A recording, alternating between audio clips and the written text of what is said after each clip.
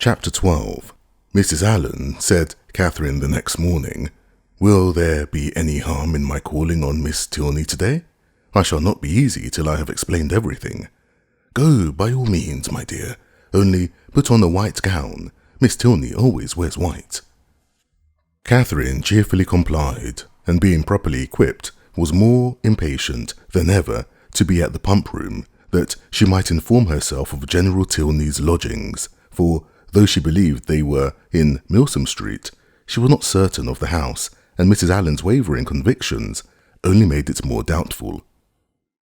To Milsom Street she was directed, and, having made herself perfect in the number, hastened away with eager steps and a beating heart to pay her visit, explain her conduct, and be forgiven, tripping lightly through the churchyard, and resolutely turning away her eyes that she might not be obliged to see her beloved Isabella and her dear family, who, she had reason to believe, were in a shop hard by. She reached the house without any impediment, looked at the number, knocked at the door, and inquired for Miss Tilney. The man believed Miss Tilney to be at home, but was not quite certain. Would she be pleased to send up her name? She gave her card. In a few minutes the servant returned, and with a look which did not quite confirm his words, said he had been mistaken, for that Miss Tilney was walked out. Catherine, with a blush of mortification, left the house.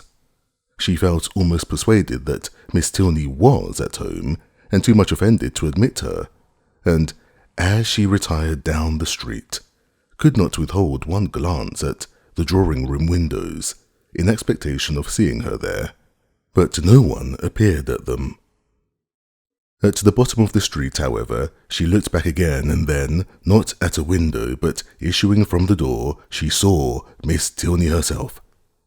She was followed by a gentleman whom Catherine believed to be her father, and they turned up towards Edgar's buildings. Catherine, in deep mortification, proceeded on her way.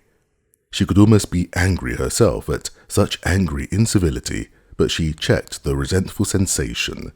She remembered her own ignorance. She knew not how such an offence as hers might be classed by the laws of worldly politeness, to what degree of unforgiveness it might with propriety lead, nor to what rigours of rudeness in return it might justly make her amenable. Dejected and humbled, she had even some thoughts of not going with the others to the theatre that night, but it must be confessed that they were not of long continuance, for she soon recollected in the first place that she was without any excuse for staying at home, and in the second that it was a play she wanted very much to see. To the theatre, accordingly, they all went. No Tilneys appeared to plague or please her. She feared that, amongst the many perfections of the family, a fondness for plays was not to be ranked, but perhaps it was because they were habituated to the finer performances of the London stage, which she knew, on Isabella's authority, rendered everything else of the kind quite horrid. She was not deceived in her own expectation of pleasure. The comedy so well suspended her care that no one, observing her during the first 4 acts, would have supposed she had any wretchedness about her. On the beginning of the 5th, however, the sudden view of Mr. Henry Tilney and his father joining a party in the opposite box recalled her to anxiety and distress. The stage could no longer excite genuine merriment, no longer keep her whole attention.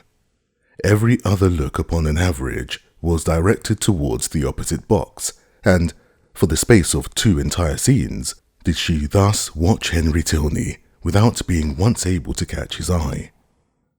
No longer could he be suspected of indifference for a play. His notice was never withdrawn from the stage during 2 whole scenes. At length, however, he did look towards her, and he bowed, but such a bow! No smile, no continued observance attended it. His eyes were immediately returned to their former direction. Catherine was restlessly miserable. She could almost have run round to the box in which she sat and forced him to hear her explanation.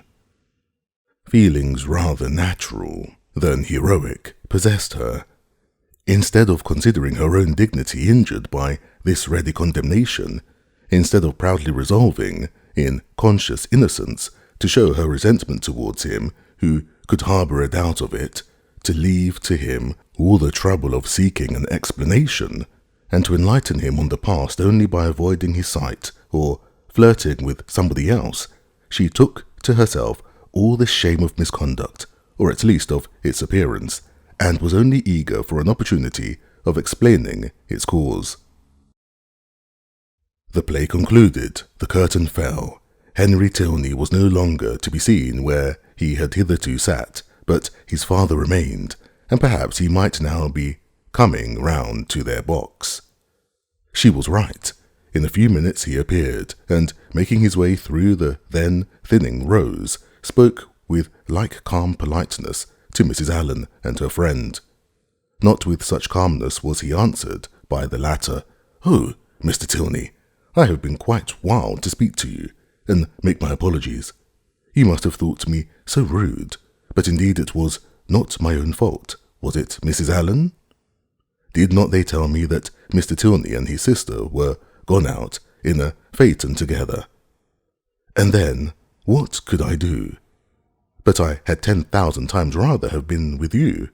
Now, had I not, Mrs. Allen?" "My dear, you tumble my gown," was Mrs. Allen's reply. Her assurance, however, standing sole as it did, was not thrown away. It brought a more cordial, more natural smile into his countenance, and he replied in a tone which retained only a little affected reserve. "We are much delighted to you, at any rate, for wishing us a pleasant walk after our passing you in Argyle Street. You were so kind as to look back on purpose. But indeed I did not wish you a pleasant walk. I never thought of such a thing, but I begged Mr. Thorpe so earnestly to stop. I called out to him as soon as ever I saw you. Now, Mrs. Allen did not. Oh, you were not there, but indeed I did, and if Mr. Thorpe would only have stopped, I would have jumped out and run after you. Is there a Henry in the world who could be insensible to such a declaration? Henry Tilney, at least, was not. With a yet sweeter smile, he said everything that need be said of his sister's concern, regret, and dependence on Catherine's honour. "Oh, do not say Miss Tilney was not angry," cried Catherine, "because I know she was, for she would not see me this morning when I called. I saw her walk out of the house the next minute after my leaving it. I was hurt, but I was not affronted. Perhaps you did not know I had been there. I was not within at the time, but I heard of it from Eleanor, and she has been wishing ever since to see you, to explain the reason of such incivility, but perhaps I can do it as well. It was nothing more than that my father, they were just preparing to walk out, and he, being hurried for time, and not caring to have it put off, made a point of her being denied. That was all, I do assure you. She was very much vexed, and meant to make her apology as soon as possible." Catherine's mind was greatly eased by this information, yet a something of solicitude remained, from which sprang the following question, thoroughly artless in itself, though rather distressing to the gentleman. "But, Mr. Tilney, why were you less generous than your sister? If she felt such confidence in my good intentions, and could suppose it to be only a mistake, why should you be so ready to take offence?" "Me? I take offence? Nay, I am sure, by your look, when you came into the box you were angry." "I? Angry? I could have no right. Well, nobody would have thought you had no right who saw your face." He replied by asking her to make room for him, and talking of the play. He remained with them some time, and was only too agreeable for Catherine to be contented when he went away. Before they parted, however, it was agreed that the projected walk should be taken as soon as possible, and setting aside the misery of his quitting their box, she was, upon the whole, left one of the happiest creatures in the world. While talking to each other, she had observed with some surprise that John Thorpe, who was never in the same part of the house for 10 minutes together, was engaged in conversation with General Tilney, and she felt something more than surprise when she thought she could perceive herself the object of their attention and discourse. What could they have to say of her? She feared General Tilney did not like her appearance. She found it was implied in his preventing her admittance to his daughter, rather than postpone his own walk a few minutes. "How came Mr. Thorpe to know your father?" was her anxious inquiry, as she pointed them out to her companion. He knew nothing about it, but his father, like every military man, had a very large acquaintance. When the entertainment was over, Thorpe came to assist them in getting out. Catherine was the immediate object of his gallantry, and while they waited in the lobby for a chair, he prevented the inquiry which had travelled from her heart almost to the tip of her tongue by asking, in a consequential manner, whether she had seen him talking with General Tilney. "He is a fine fellow, upon my soul. Stout, active, looks as young as his son. I have a great regard for him. I assure you, a gentlemanlike, good sort of fellow as ever lived." "But how came you to know him?" "Know him? There are few people much about town that I do not know. I have met him forever at the Bedford, and I knew his face again today, the moment he came into the billiard-room. One of the best players we have, by and by, and we had a little touch together, though I was almost afraid of him at first. The odds were 5-4 against me, and if I had not made one of the cleanest strokes that, perhaps, ever was made in this world, I took his ball exactly, but I could not make you understand it without a table. However, I did beat him. A very fine fellow, as rich as a Jew. I like to dine with him. I dare say he gives famous dinners. But what do you think we have been talking of? You? Yes, by heavens, and the General thinks you the finest girl in Bath." "Oh, nonsense! How can you say so?" "And what do you think I said?" lowering his voice. "Well done, General," said I. "I am quite of your mind." Here Catherine, who was much less gratified by his admiration than by General Tilney's, was not sorry to be called away by Mr. Allen. Thorpe, however, would see her to her chair, and, till she entered it, continued the same kind of delicate flattery, in spite of her entreating him to have done. That General Tilney, instead of disliking, should admire her, was very delightful, and she joyfully thought that there was not one of the family whom she need now fear to meet. The evening had done more, much more, for her than could have been expected. Chapter 13. Monday, Tuesday, Wednesday, Thursday, Friday, and Saturday have now passed in review before the reader. The events of each day, its hopes and fears, mortifications and pleasures, have been separately stated, and the pangs of Sunday only now remain to be described, and close the week. The Clifton scheme had been deferred, not relinquished, and on the afternoon's crescent of this day it was brought forward again. In a private consultation between Isabella and James, the former of whom had particularly set her heart upon going, and the latter no less anxiously placed his upon pleasing her, it was agreed that, providing the weather were fair, the party should take place on the following morning, and they were to set off very early, in order to be at home in good time. The affair thus determined, and Thorpe's approbation secured, Catherine only remained to be apprised of it. She had left them for a few minutes to speak to Miss Tilney. In that interval, the plan was completed, and as soon as she came again, her agreement was demanded, but instead of the gay acquiescence expected by Isabella, Catherine looked grave, was very sorry, but could not go, The engagement which ought to have kept her from joining in the former attempt would make it impossible for her to accompany them now. She had that moment settled with Miss Tilney to make their proposed walk tomorrow. It was quite determined, and she would not upon any account retract. But that she must and should retract was instantly the eager cry of both the Thorpes. They must go to Clifton tomorrow. They would not go without her. It would be nothing to put off a mere walk for 1 day longer, and they would not hear of a refusal. Catherine was distressed, but not subdued.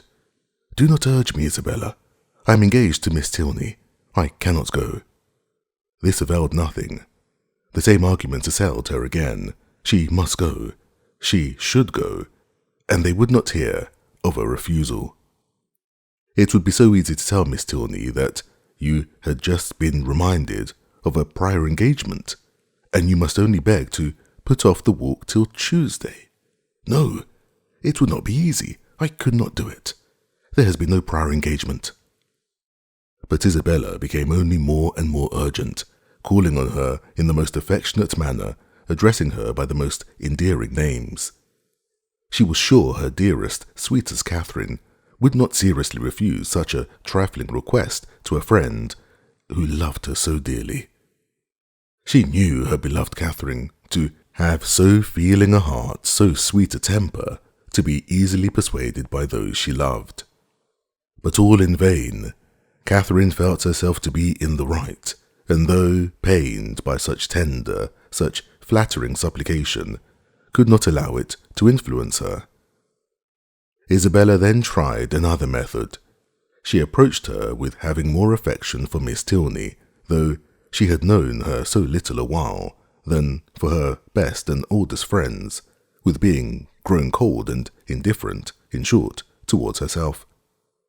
"I cannot help being jealous, Catherine, when I see myself slighted for strangers, I, who love you so excessively. When one of my affections are placed, it is not in the power of anything to change them. But I believe my feelings are stronger than anybody's. I am sure they are too strong for my own peace, and to see myself supplanted in your friendship by strangers does cut me to the quick, I own." These Tilneys seemed to swallow up everything else. Catherine thought this reproach equally strange and unkind. Was it the part of a friend thus to expose her feelings to the notice of others? Isabella appeared to her ungenerous and selfish, regardless of everything but her own gratification. These painful ideas crossed her mind, though she said nothing. Isabella, in the meanwhile, had applied her handkerchief to her eyes, and Morland, miserable at such a sight, could not help saying, "Nay, Catherine, I think you cannot stand out any longer now. The sacrifice is not much, and to oblige such a friend I shall think you quite unkind, if you still refuse." This was the first time in her brother's openly siding against her, and anxious to avoid his displeasure, she proposed a compromise. If they would only put off their scheme till Tuesday, which they might easily do, as it depended only on themselves, she could go with them, and everybody might then be satisfied. But no, was the immediate answer. That could not be, for Thorpe did not know that he might not go to town on Tuesday. Catherine was sorry, but could do no more, and a short silence ensued, which was broken by Isabella, who, in a voice of cold resentment, said, "Very well then, there is an end of the party. If Catherine does not go, I cannot.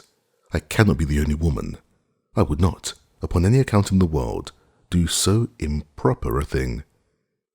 "Catherine, you must go," said James. "But why cannot Mr. Thorpe drive one of his other sisters? I dare say either of them would like to go." "Thank you," cried Thorpe, "but I did not come to Bath to drive my sisters about and look like a fool. No, if you do not go, damn me if I do.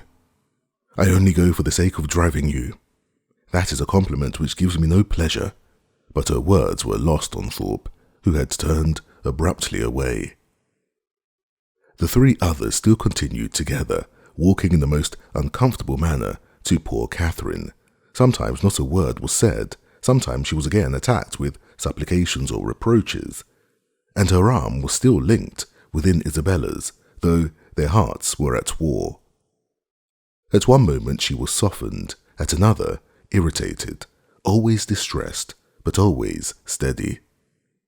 "I did not think you had been so obstinate, Catherine," said James. "You were not used to being so hard to persuade. You once were the kindest, best-tempered of my sisters." "I hope I am not less so now," she replied very feelingly, "but indeed I cannot go. If I am wrong, I am doing what I believe to be right."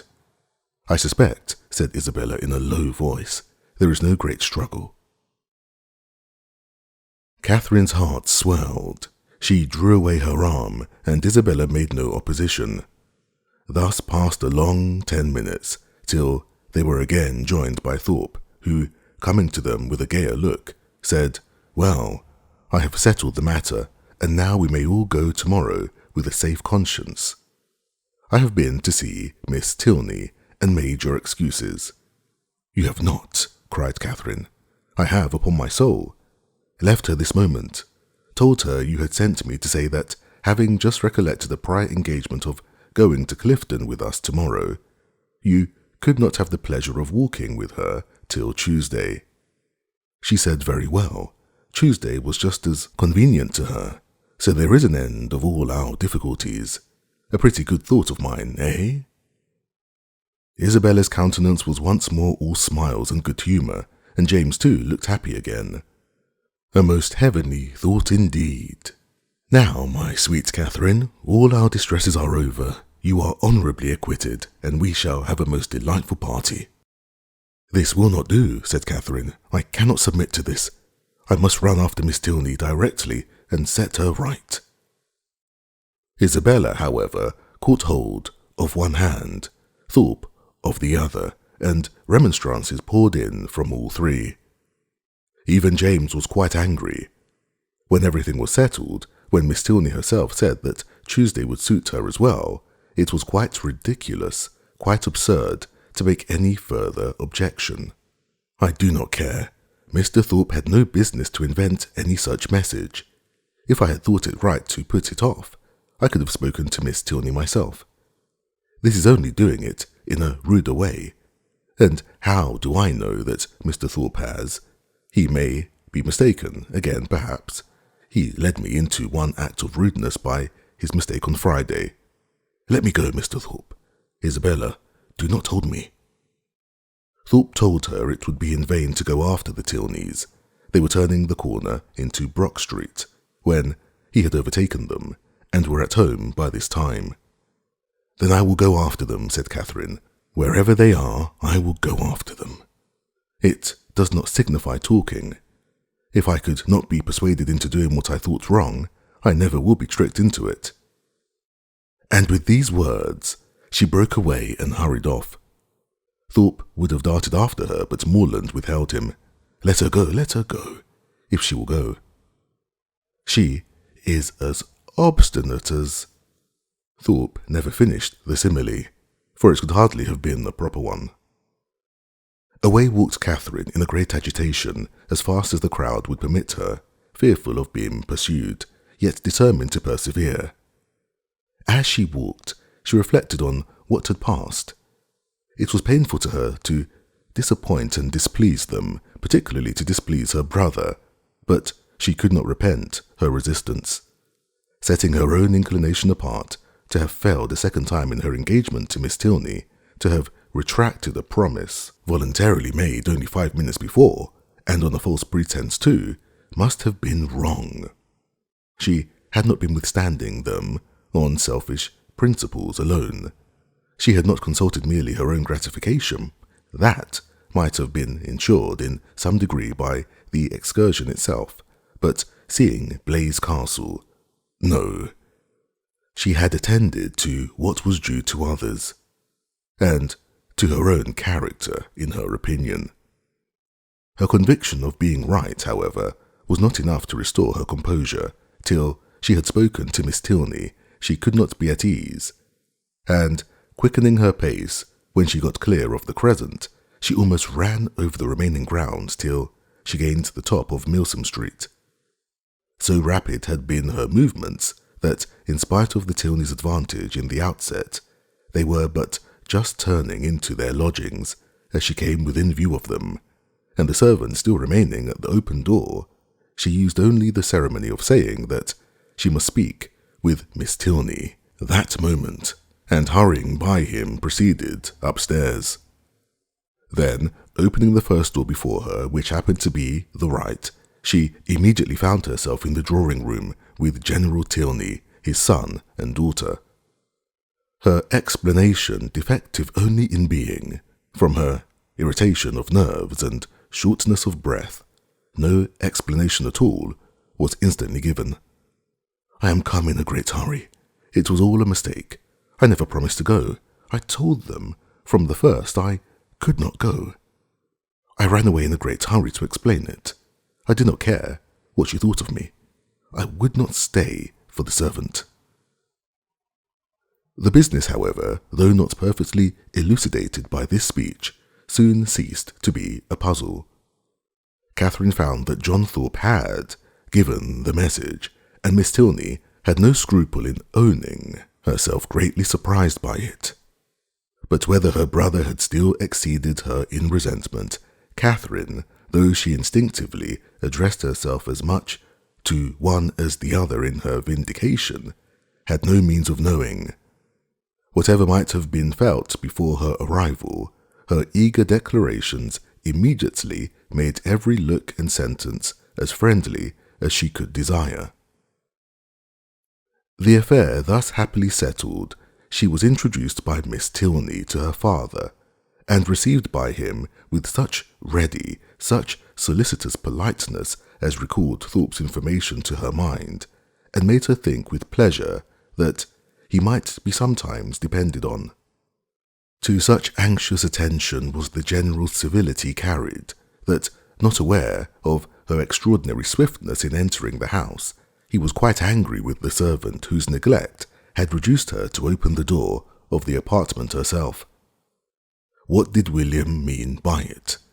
He should make a point of inquiring into the matter, and if Catherine had not most warmly asserted his innocence, it seemed likely that William would lose the favour of his master forever, if not his place, by her rapidity. After sitting with them a quarter of an hour, she rose to take leave, and was then most agreeably surprised by General Tilney's asking her if she would do his daughter the honour of dining and spending the rest of the day with her. Miss Tilney added her own wishes. Catherine was greatly obliged, but it was quite out of her power. Mr. and Mrs. Allen would expect her back every moment.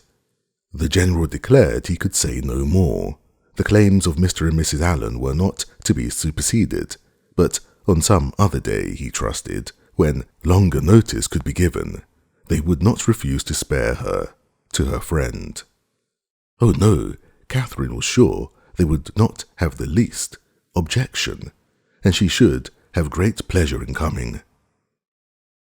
The General attended her himself to the street door, saying everything gallant as they went downstairs, admiring the elasticity of her walk, which corresponded exactly with the spirit of her dancing, and making her one of the most graceful bows she had ever beheld when they parted.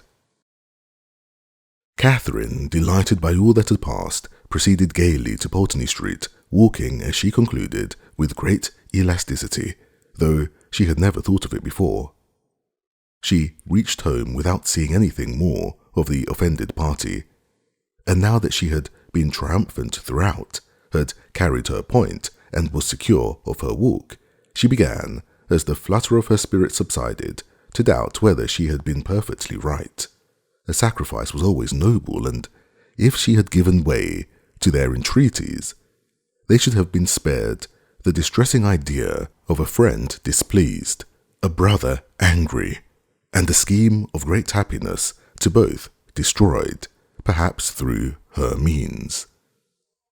To ease her mind and ascertain by the opinion of an unprejudiced person what her own conduct had really been, She took occasion to mention before Mr. Allen the half-settled scheme of her brother and the Thorpes for the following day.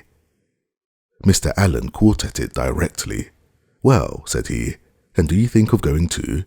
"No, I had just engaged myself to walk with Miss Tilney before they told me of it, and therefore you know I could not go with them. Could I?" "No, certainly not, and I am glad you do not think of it. These schemes are not at all the thing. Young men and women driving about the country in open carriages. Now and then it is very well, but going to inns and public places together, it is not right, and I wonder Mrs. Thorpe should allow it. I am glad you do not think of going. I am sure Mrs. Morland would not be pleased. Mrs. Allen, are you not of my way of thinking? Do not you think these kind of projects objectionable?" "Yes, very much so indeed. Open carriages are nasty things. A clean gown is not 5 minutes' wear in them. You are splashed getting in and getting out, and the wind takes your hair and your bonnet in every direction. I hate an open carriage myself." "I know you do, but that is not the question. Do not you think it has an odd appearance, if young ladies are frequently driven about in them by young men to whom they are not even related?" "Yes, my dear, a very odd appearance indeed. I cannot bear to see it." "Dear madame," cried Catherine, "then why did you not tell me so before? I am sure if I had known it to be improper, I would not have gone with Mr. Thorpe at all, but I always hoped you would tell me if you thought I was doing wrong. And so I should, my dear, you may depend on it, for, as I told Mrs. Morland at parting, I should always do the best for you in my power. But one must not be over-particular. Young people will be young people, as your good mother says herself. You know I wanted you, when we first came, not to buy that sprigged muslin, but you would. Young people do not like to be always thwarted." But this was something of real consequence, and I do not think you would have found me so hard to persuade. As far as it had gone hitherto, there is no harm done, said Mr. Allen, and I would only advise you, my dear, not to go out with Mr. Thorpe any more. That is just what I was going to say, added his wife. Catherine, relieved for herself, felt uneasy for Isabella, and, after a moment's thought, asked Mr. Allen whether it would not be both proper and kind in her to write to Miss Thorpe and explain the indecorum of which she must be as sensible as herself, for she considered that Isabella might otherwise perhaps be going to Clifton the next day, in spite of what had passed. Mr. Allen, however, discouraged her from doing any such thing. You had better leave her alone, my dear. She is old enough to know what she is about, and if not, has a mother to advise her. Mrs. Thorpe is too indulgent beyond a doubt, but, however, you had better not interfere. She and your brother choose to go, and you will be only getting ill will. Catherine submitted, and though sorry to think that Isabella should be doing wrong, felt greatly relieved by Mr. Allen's approbation of her own conduct, and truly rejoiced to be preserved by his advice from the danger of falling into such an error herself. Her escape from being one of the party to Clifton was now an escape indeed, for what would the Tilneys have thought of her if she had broken her promise to them in order to do what was wrong in itself, if she had been guilty of one breach of propriety, only to enable her to be guilty of another? Chapter 14. The next morning was fair, and Catherine almost expected another attack from the assembled party.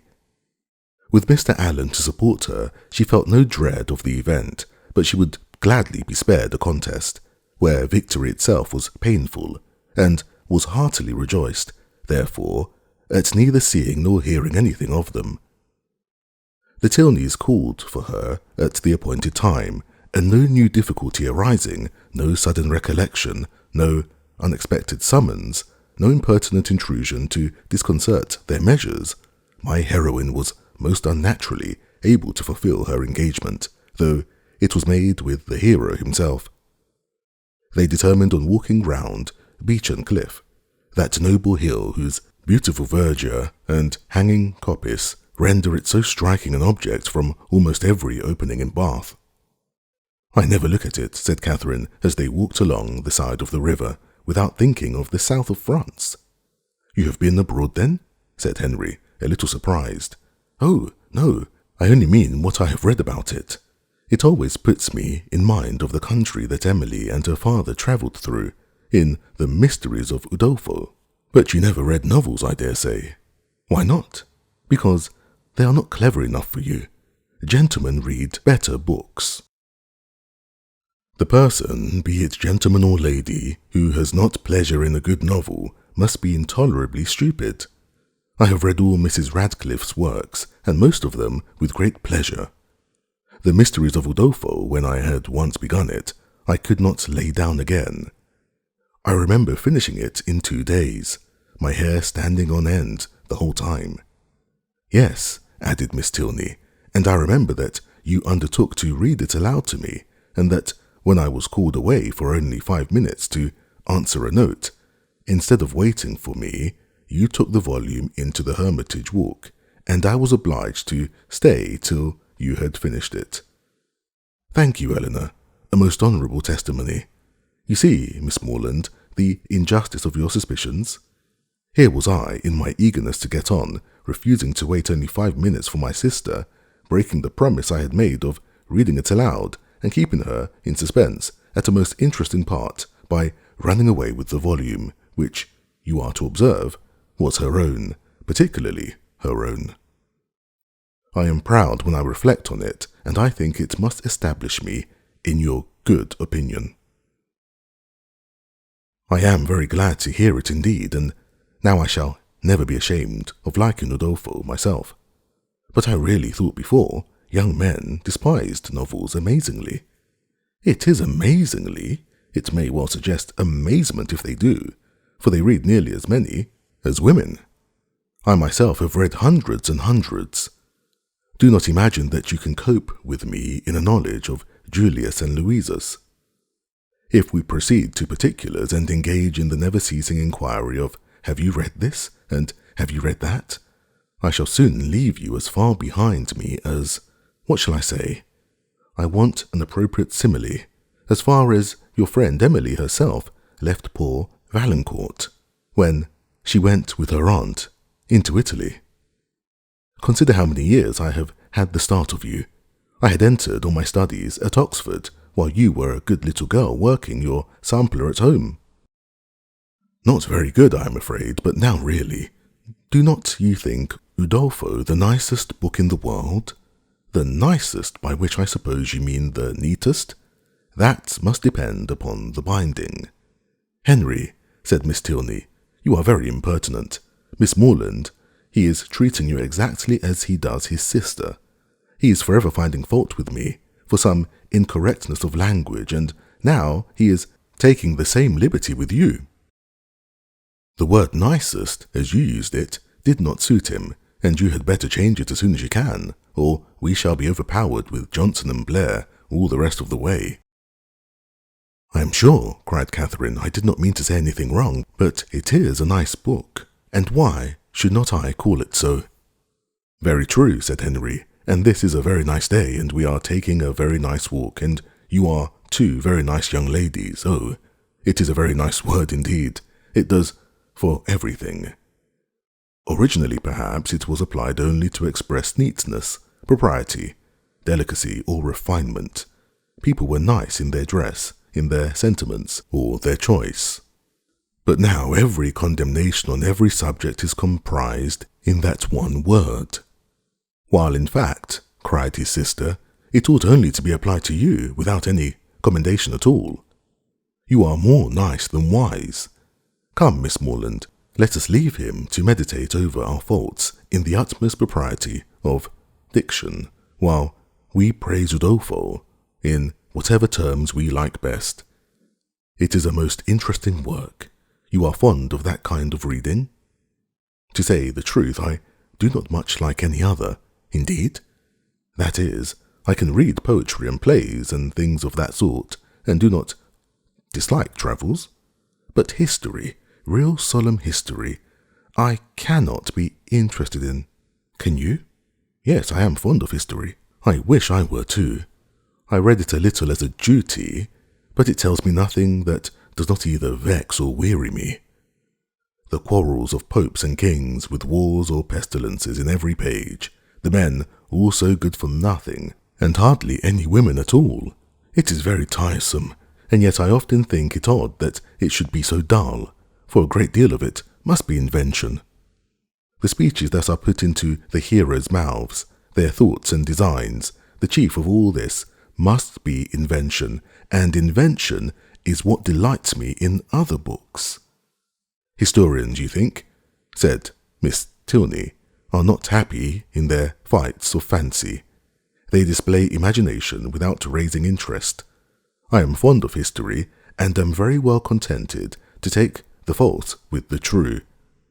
In the principal facts, they have sources of intelligence in former histories and records, which may be as much depended on, I conclude, as anything that does not actually pass under one's own observation. And as for the little embellishments you speak of, they are embellishments, and I like them as such. If a speech be well drawn up, I read it with pleasure, by whomsoever it may be made, and probably with much greater if the production of Mr. Hume or Mr. Robertson, than if the genuine words of Caractacus, Agricola, or Alfred the Great. You are fond of history, and so are Mr. Allen and my father, and I have 2 brothers who do not dislike it. So many instances within my small circle of friends is remarkable. At this rate, I shall not pity the writers of history any longer.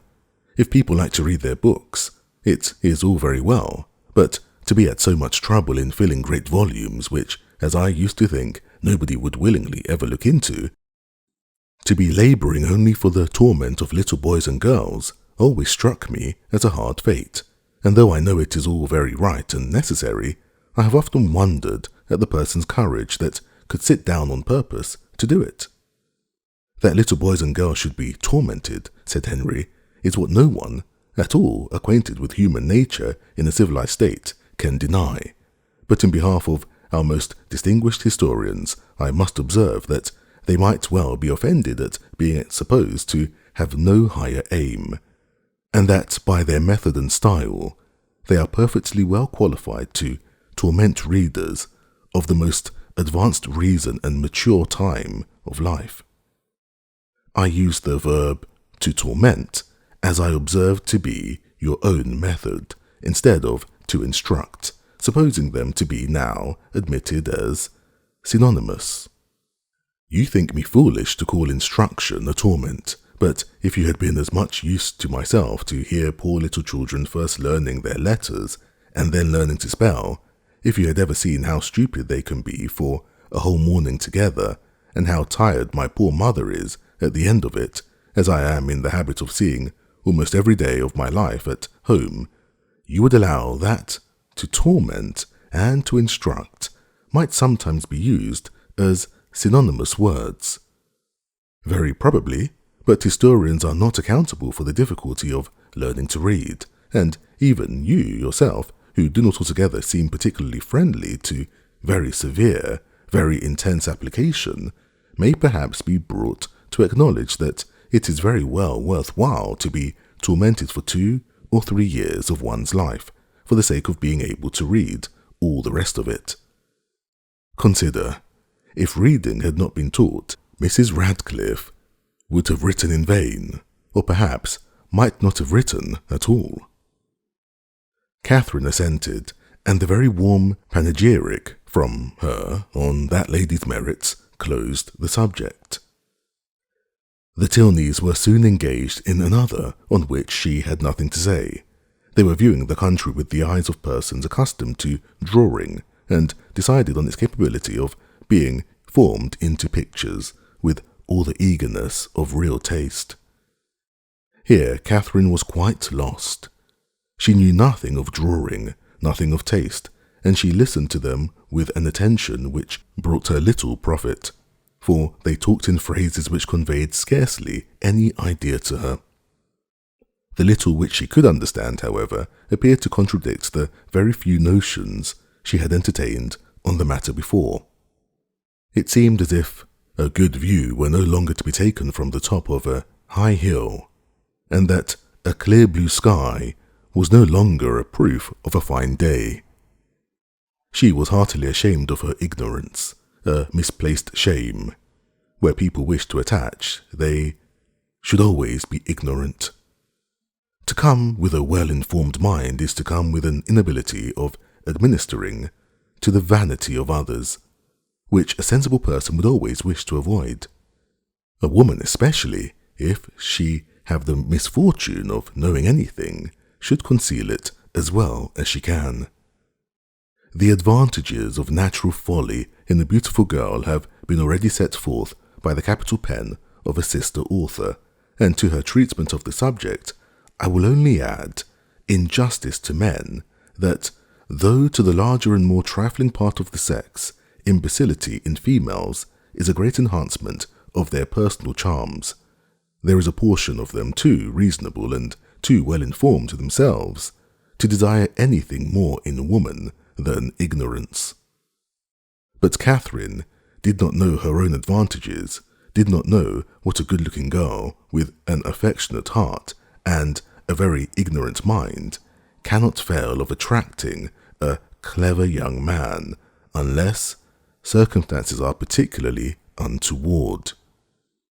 In the present instance, she confessed and lamented her want of knowledge, declared that she would give anything in the world to be able to draw, and a lecture on the picturesque immediately followed, in which his instructions were so clear that she soon began to see beauty in everything admired by him, and her attention was so earnest that he became perfectly satisfied of her having a great deal of natural taste.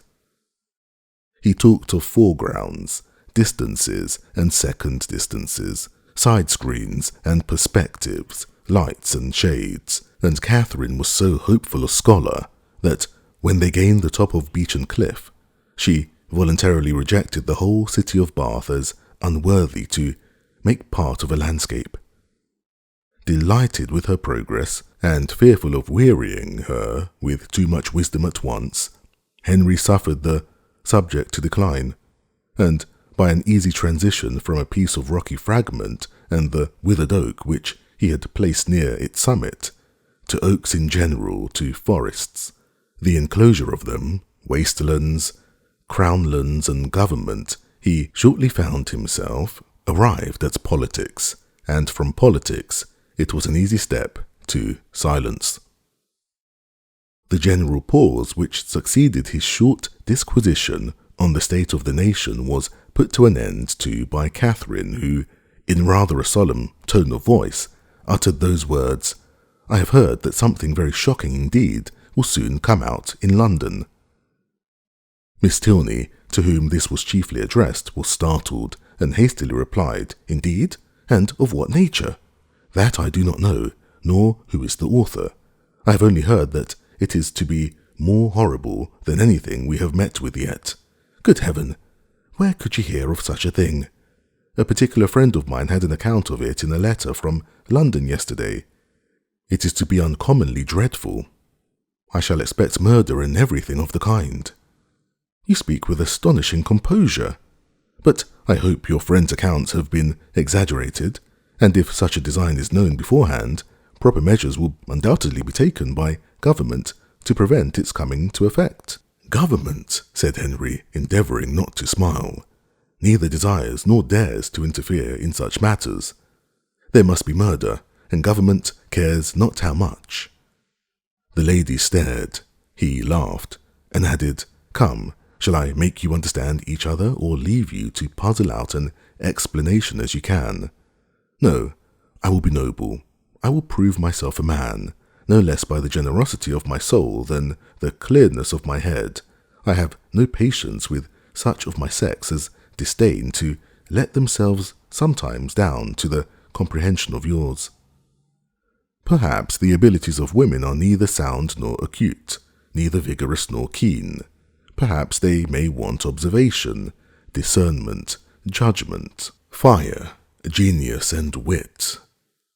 Miss Morland, do not mind what he says, but have the goodness to satisfy me as to this dreadful riot. Riot? What riot? My dear Eleanor, the riot is only in your own brain. The confusion there is scandalous. Miss Morland has been talking of nothing more dreadful than a new publication, which is shortly to come out in 3 duodecimo volumes, 276 pages in each, with a frontispiece to the first, of 2 tombstones and a lantern. Do you understand? And you, Miss Morland, my stupid sister has mistaken all your clearest expressions. You talked of expected horrors in London, and instead of instantly conceiving, as any rational creature would have done, that such words could relate only to a circulating library, she immediately pictured to herself a mob of 3,000 men assembling in St. George's Fields, the Bank attacked, the Tower threatened, the streets of London flowing with blood, a detachment of the 12th Light Dragoons, the hopes of the nation, called up from Northampton to quell the insurgents, and the gallant Captain Frederick Tilney, in the moment of charging at the head of his troop, knocked off his horse by a brickbat from an upper window. Forgive her stupidity. The fears of the sister have added to the weakness of the woman, but she is by no means a simpleton in general. Catherine looked grave. And now, Henry, said Miss Tilney, that you have made us understand each other, you may as well make Miss Morland understand yourself, unless you mean to have her think you intolerably rude to your sister and a great brute in your opinion of women in general. Miss Morland is not used to your odd ways. I shall be most happy to make her better acquainted with them, no doubt, but that is no explanation of the present. What am I to do? You know what you ought to do. Clear your character handsomely before her. Tell her that you think very highly of the understanding of women. Miss Morland, I think very highly of the understanding of all the women in the world, especially of those, whoever they may be, with whom I happen to be in company. That is not enough. Be more serious. Miss Morland, no one can think more highly of the understanding of women than I do. In my opinion, nature has given them so much that they never find it necessary to use more than half.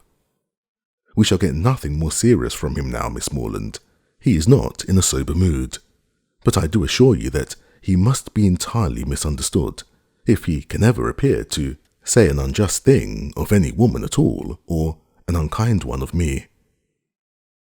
It was no effort to Catherine to believe that Henry Tilney could never be wrong.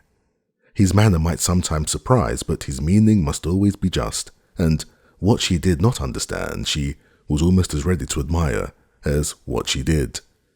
The whole walk was delightful, and though it ended too soon, its conclusion was delightful too. Her friends attended her into the house, and Miss Tilney, before they parted, addressing herself with respectful form, as much to Mrs. Allen as to Catherine, petitioned for the pleasure of her company to dinner on the day after the next. No difficulty was made on Mrs. Allen's side, and the only difficulty on Catherine's was in concealing the excess of her pleasure.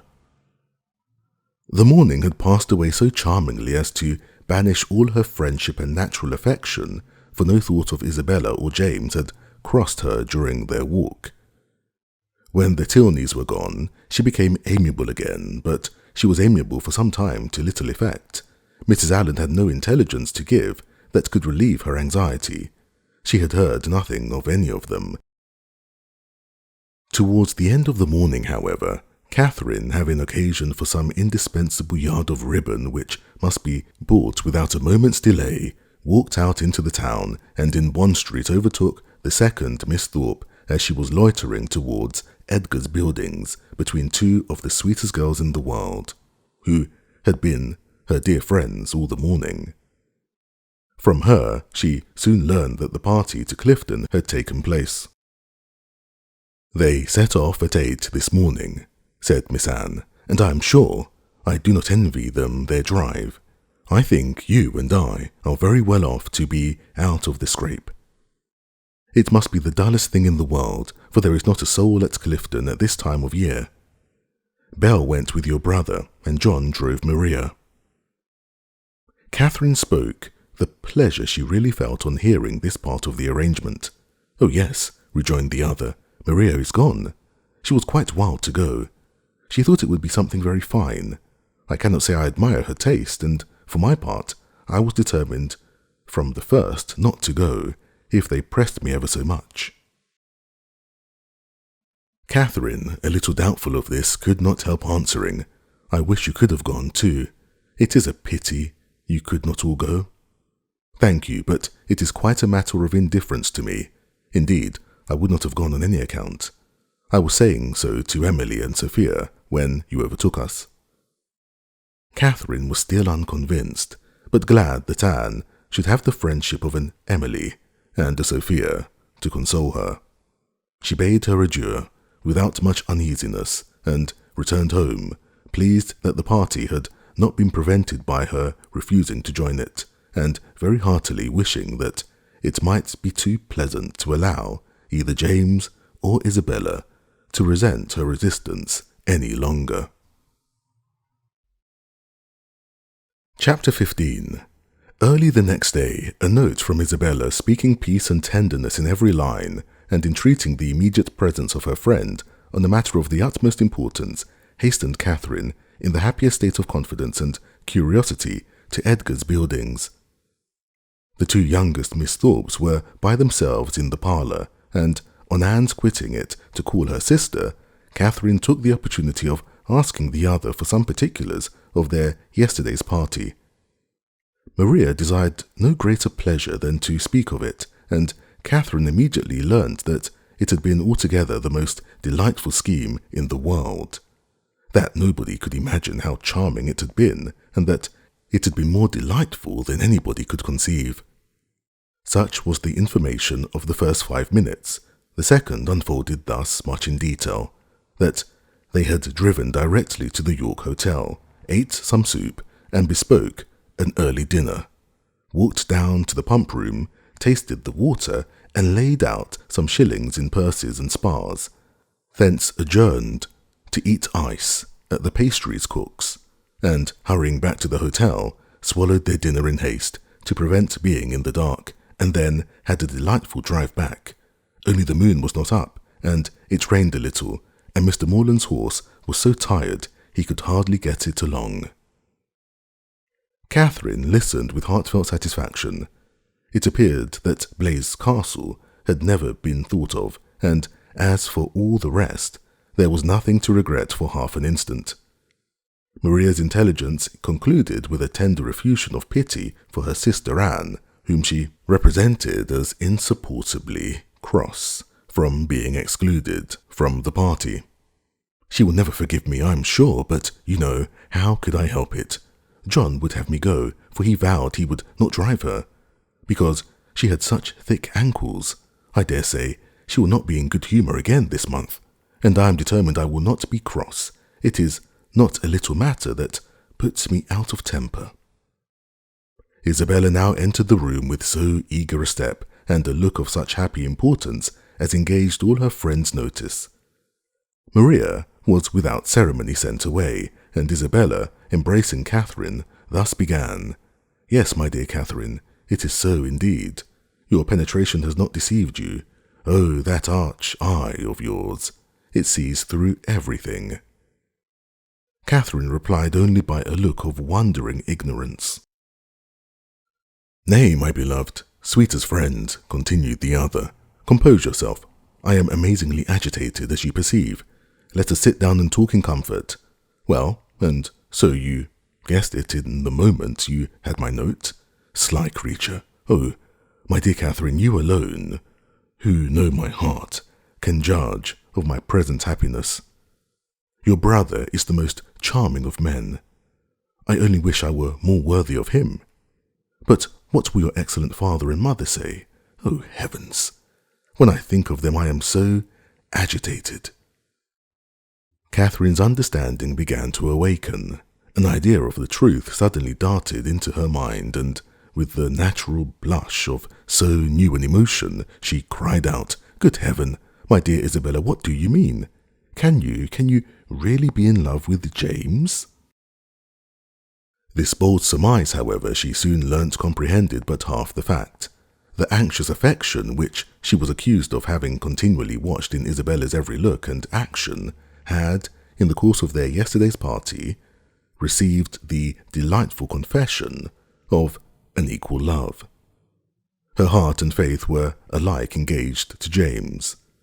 Never had Catherine listened to anything so full of interest, wonder, and joy. Her brother and her friend engaged.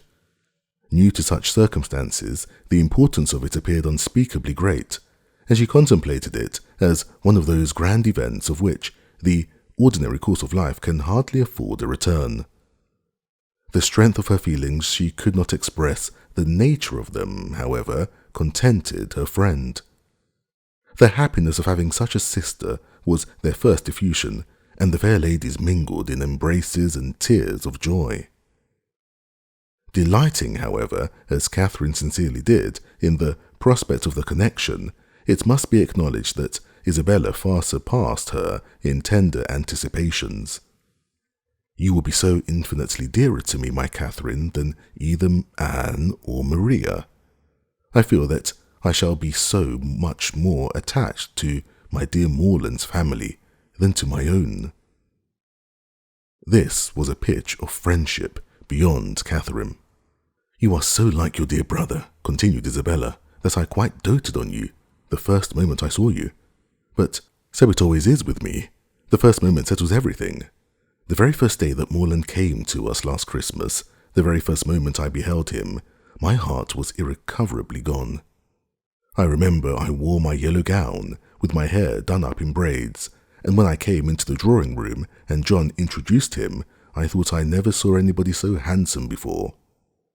Here, Catherine secretly acknowledged the power of love, for though exceedingly fond of her brother and partial to all his endowments, she had never in her life thought him handsome. I remember too, Miss Anne Andrews drank tea with us that evening, and wore her puce-coloured sarcenet, and she looked so heavenly that I thought your brother must certainly fall in love with her. I could not sleep a wink all night for thinking of it. Oh, Catherine, the many sleepless nights I have had on your brother's account. I would not have you suffer half what I have done. I am grown wretchedly thin, I know, but I will not pain you by describing my anxiety. You have seen enough of it. I feel that I have betrayed myself perpetually. So unguarded in speaking of my partiality for the church, but my secret, I was always sure, would be safe with you."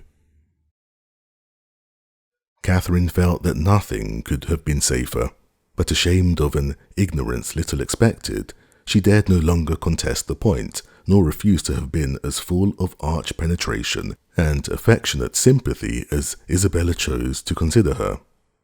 Her brother, she found, was preparing to set off with all speed to Fullerton, to make known his situation and ask consent, and here was a source of some real agitation to the mind of Isabella.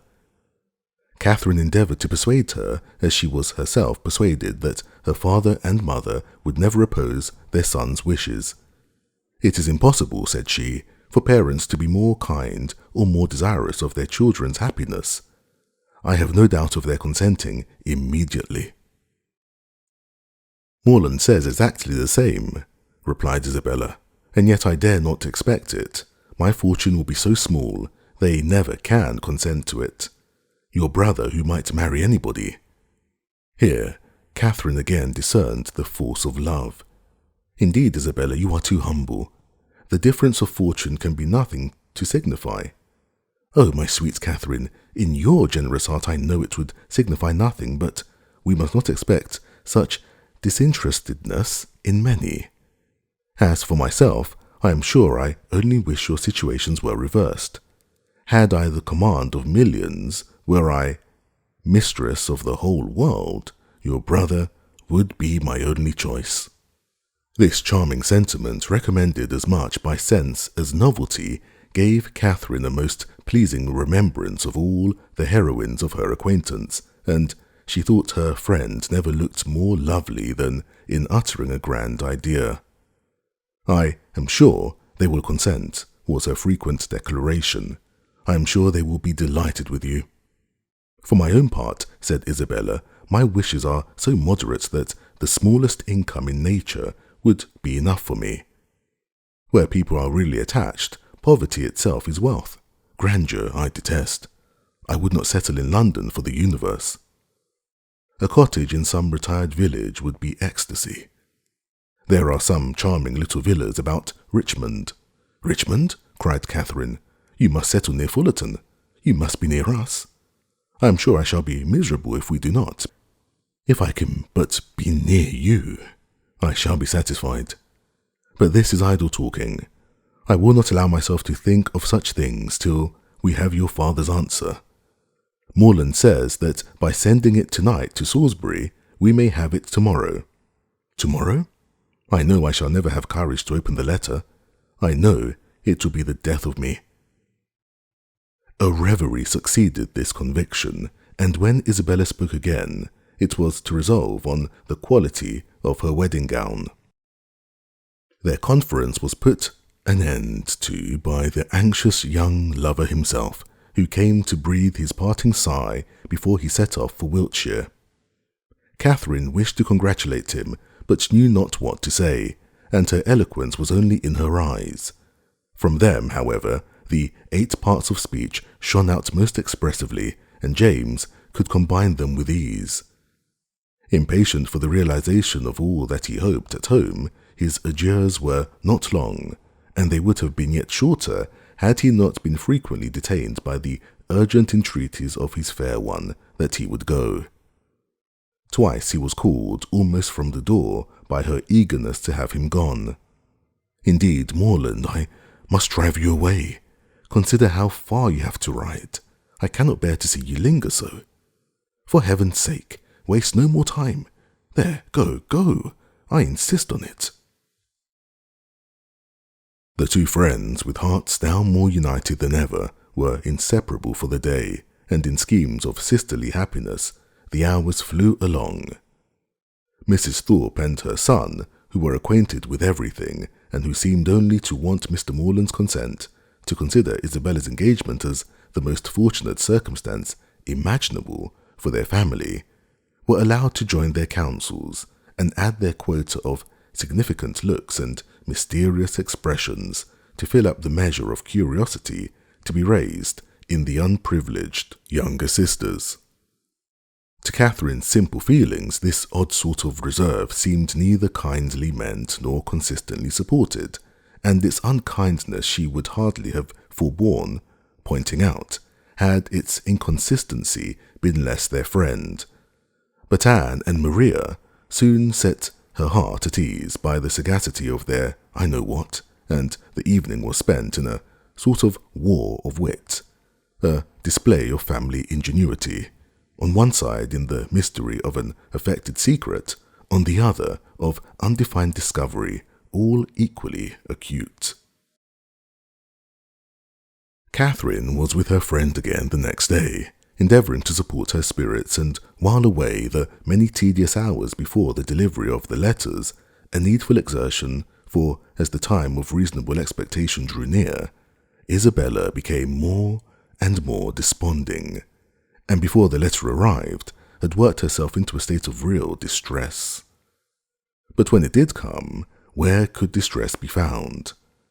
I have had no difficulty in gaining the consent of my kind parents, and am promised that everything in their power shall be done to forward my happiness, were the first 3 lines, and in one moment all was joyful security. The brightest glow was instantly spread over Isabella's features. All care and anxiety seemed removed. Her spirits became almost too high for control, and she called herself without scruple the happiest of mortals. Mrs. Thorpe, with tears of joy, embraced her daughter, her son, her visitor, and could have embraced half the inhabitants of Bath with satisfaction. Her heart was overflowing with tenderness, It was dear John and dear Catherine at every word. Dear Anne and dear Maria must immediately be made sharers in their facility, and 2 dears at once before the name of Isabella were not more than that beloved child had now well earned. John himself was no skulker in joy. He not only bestowed on Mr. Morland the high commendation of being one of the finest fellows in the world, but swore off many sentences in his praise. The letter whence sprang all this felicity was short, containing little more than this assurance of success, and every particular was deferred till James could write again. But for particulars, Isabella could well afford to wait. The needful was comprised in Mr. Morland's promise. His honour was pledged to make everything easy, and by what means their income was to be formed, whether landed property were to be resigned or funded money made over, was a matter in which her disinterested spirit took no concern. She knew enough to feel secure of an honourable and speedy establishment, and her imagination took a rapid flight over its attendant felicities. She saw herself at the end of a few weeks, the gaze and admiration of every new acquaintance at Fullerton, the envy of every valued old friend in Putney, with a carriage at her command, a new name on her tickets, and a brilliant exhibition of hoop rings on her finger. When the contents of the letter were ascertained, John Thorpe, who had only waited its arrival to begin his journey to London, prepared to set off. "Well, Miss Morland," said he, on finding her alone in the parlour, "I am come to bid you good-bye." Catherine wished him a good journey. Without appearing to hear her, he walked to the window, fidgeted about, hummed a tune, and seemed wholly self-occupied. "Shall not you be late to Devizes?" said Catherine. He made no answer, but after a minute's silence burst out with, "A famous good thing, this marrying scheme, upon my soul. A clever fancy of Morland's and Bell's. What do you think of it, Miss Morland? I say it is no bad notion. I am sure I think it is a very good one. Do you? That's honest, by heavens. I am glad you are no enemy to matrimony, however. Did you ever hear the old song, 'Going to one wedding brings on another'? I say, you will come to Belle's wedding, I hope. Yes, I have promised your sister to be with her, if possible. And then, you know," twisting himself about and forcing a foolish laugh, "I say, then, you know, we may try the truth of this same old song." "May we? But I never sing. Well, I wish you a good journey. I dine with Miss Tilney today, and must now be going home. Nay, but there is so much confounded hurry. Who knows when we may be together again? Not but that I shall be down again by the end of a fortnight, and a devilish long fortnight it will appear to me." "Then why do you stay away so long?" replied Catherine, finding that he waited for an answer. "That is kind of you, however, kind and good-natured. I shall not forget it in a hurry. But you have more good nature, and all that, than anybody living, I believe. A monstrous deal of good nature, but it is not only good nature, but you have so much of everything. And then you have such, upon my soul, I do not know anybody like you. Oh dear, there are a great many people like me, I dare say, only a great deal better. Good morning to you. But I say, Miss Morland, I shall come and pay my respects at Fullerton before it is long, if not disagreeable. Pray do. My father and mother will be very glad to see you. And I hope, Miss Morland, you will not be sorry to see me." "Oh dear, not at all. There are very few people I am sorry to see. Company is always cheerful." "That is just my way of thinking. Give me but a little cheerful company. Let me only have the company of the people I love. Let me only be where I like and with whom I like, and the devil take the rest, say I. And I am heartily glad to hear you say the same. But I have a notion, Miss Morland. You and I think pretty much alike about most matters. Perhaps we may, but it is more than I ever thought of, and as to most matters, to say the truth, there are not many that I know my own mind about." "By Jove, no more do I. It is not my way to bother my brains with what does not concern me. My notion of things is quite simple enough. Let me only have the girl I like, say I, with a comfortable house over my head, and what care I for all the rest? Fortune is nothing. I am sure of a good income of my own, and if she had not a penny, why, so much the better. Very true. I think like you there. If there is a good fortune on one side, there can be no occasion for any on the other, no matter which has it, so that there is enough. I hate the idea of one great fortune looking out for another, and to marry for money I think the wickedest thing in existence. Good day. We shall be very glad to see you at Fullerton whenever it is convenient. And away she went. It was not in the power of all his gallantry to detain her longer. With such news to communicate and such a visit to prepare, her departure was not to be delayed by anything in his nature to urge, and she hurried away, leaving him to the undivided consciousness of his own happy address and her explicit encouragement. The agitation which she had herself experienced on first learning her brother's engagement made her expect to raise no inconsiderable emotion in Mr. and Mrs. Allen. By the communication of the wonderful event, how great was her disappointment! The important affair, which many words of preparation ushered in, had been foreseen by them both ever since her brother's arrival, and all that they felt on the occasion was comprehended in a wish for the young people's happiness, with a remark on the gentleman's side in favour of Isabella's beauty, and on the lady's of her great good luck. It was to Catherine the most surprising insensibility. The disclosure, however, of the great secret of James's going to Fullerton the day before did raise some emotion in Mrs. Allen. She could not listen to that with perfect calmness, but repeatedly regretted the necessity of its concealment, wished she could have known his intention, wished she could have seen him before he went, as she should certainly have troubled him with her best regards to his father and mother, and her kind compliments to all the Skinners. Chapter 16.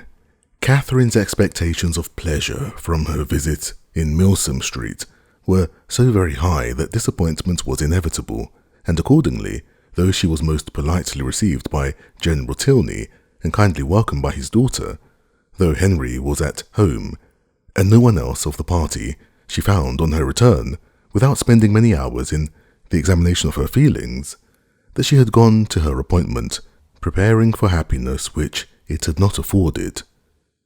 Instead of finding herself improved in acquaintance with Miss Tilney from the intercourse of the day, she seemed hardly so intimate with her as before.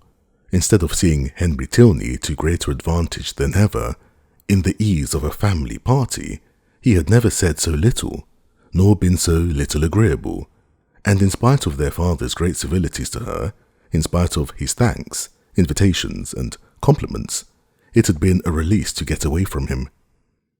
It puzzled her to account for all this. It could not be General Tilney's fault. That he was perfectly agreeable and good-natured and altogether a very charming man did not admit of a doubt, for he was tall and handsome, and Henry's father.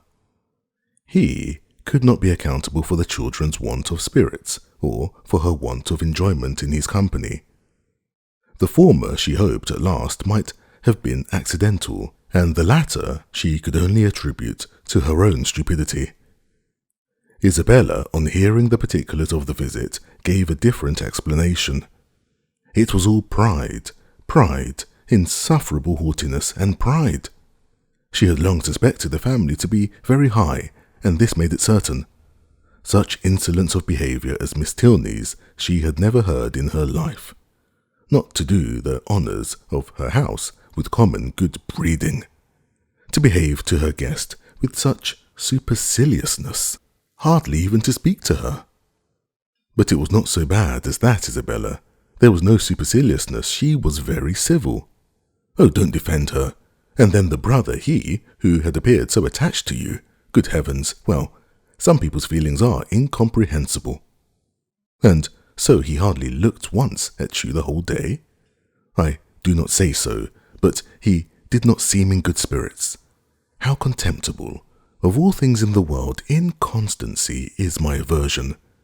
Let me entreat you never to think of him again, my dear Catherine. Indeed, he is unworthy of you. Unworthy? I do not suppose he ever thinks of me. That is exactly what I say. He never thinks of you. Such fickleness. Oh, how different to your brother and to mine. I really believe John has the most constant heart. But as for General Tilney, I assure you it would be impossible for anybody to behave to me with greater civility and attention. It seemed to be his only care to entertain and make me happy. Oh, I know no harm of him. I do not suspect him of pride. I believe he is a very gentlemanlike man. John thinks very well of him, and John's judgment. Well, I shall see how they behave to me this evening. We shall meet them at their rooms. And must I go?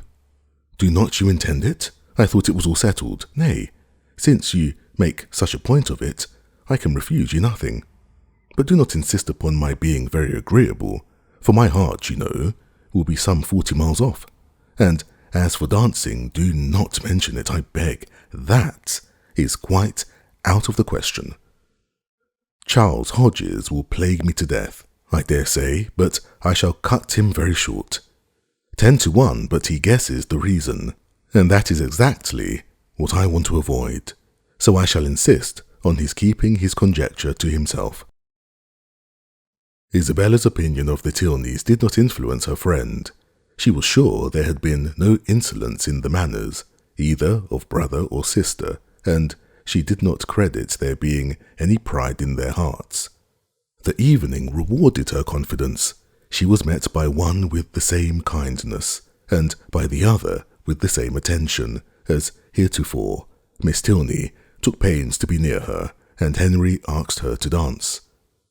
Having heard the day before in Milsom Street that their elder brother, Captain Tilney, was expected almost every hour, she was at no loss for the name of a very fashionable-looking, handsome young man, whom she had never seen before, and who now evidently belonged to their party. She looked at him with great admiration, and even supposed it possible that some people might think him handsomer than his brother, though in her eyes his air was more assuming, and his countenance less prepossessing. His taste and manners were beyond a doubt decidedly inferior, for within her hearing he not only protested against every thought of dancing himself, but even laughed openly at Henry for finding it possible. From the latter circumstance it may be presumed that, whatever might be our heroine's opinion of him, his admiration for her was not of a very dangerous kind, not likely to produce animosities between the brothers, nor persecutions to the lady.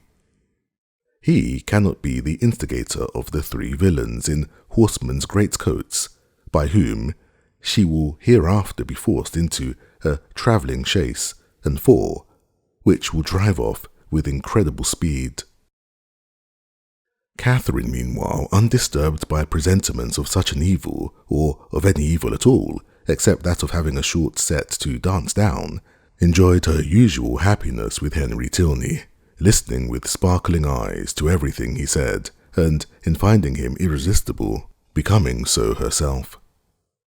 At the end of the first dance, Captain Tilney came towards them again, and, much to Catherine's dissatisfaction, pulled his brother away. They retired whispering together, and though her delicate sensibility did not take immediate alarm, and lay it down as fact, and Captain Tilney must have heard some malevolent misrepresentation of her, which he now hastened to communicate to his brother, in the hope of separating them forever, she could not have her partner conveyed from her sight without very uneasy sensations. Her suspense was of 5 full minutes' duration, and she was beginning to think it a very long quarter of an hour, when they both returned, and an explanation was given by Henry's requesting to know if she thought her friend, Miss Thorpe, would have any objection to dancing, as his brother would be most happy to be introduced to her. Catherine, without hesitation, replied that she was very sure Miss Thorpe did not mean to dance at all. The cruel reply was passed on to the other, and he immediately walked away. "Your brother will not mind it, I know," said she, "because I heard him say before that he hated dancing, but it was very good-natured in him to think of it. Suppose he saw Isabella sitting down and fancied she might wish for a partner, but he is quite mistaken, for she would not dance upon any account in the world." Henry smiled and said, "How very little trouble it can give you to understand the motive of other people's actions." "Why, what do you mean? With you, it is not, how is such a one likely to be influenced? What is the inducement most likely to act upon such a person's feelings, age, situation, and probable habits of life considered? But how should I be influenced? What would be my inducement in acting so-and-so?" "I do not understand you." "Then we are on very unequal terms, for I understand you perfectly well. Me? Yes, I cannot speak well enough of the unintelligible." "Bravo! An excellent satire on modern language. But pray tell me what you mean. Shall I indeed? Do you really desire it? But you are not aware of the consequences. It will involve you in a very cruel embarrassment, and certainly bring on a disagreement between us." No, it shall not do either. I'm afraid not." "Well then, I only meant that your attributing my brother's wish of dancing with Miss Thorpe to good nature alone convinced me of your being superior in good nature yourself to all the rest of the world." Catherine blushed and disclaimed, and the gentleman's predictions were verified.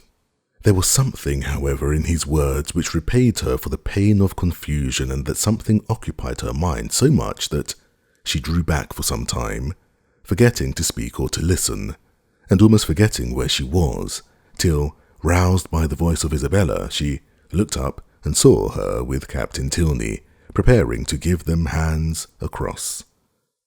Isabella shrugged her shoulders and smiled.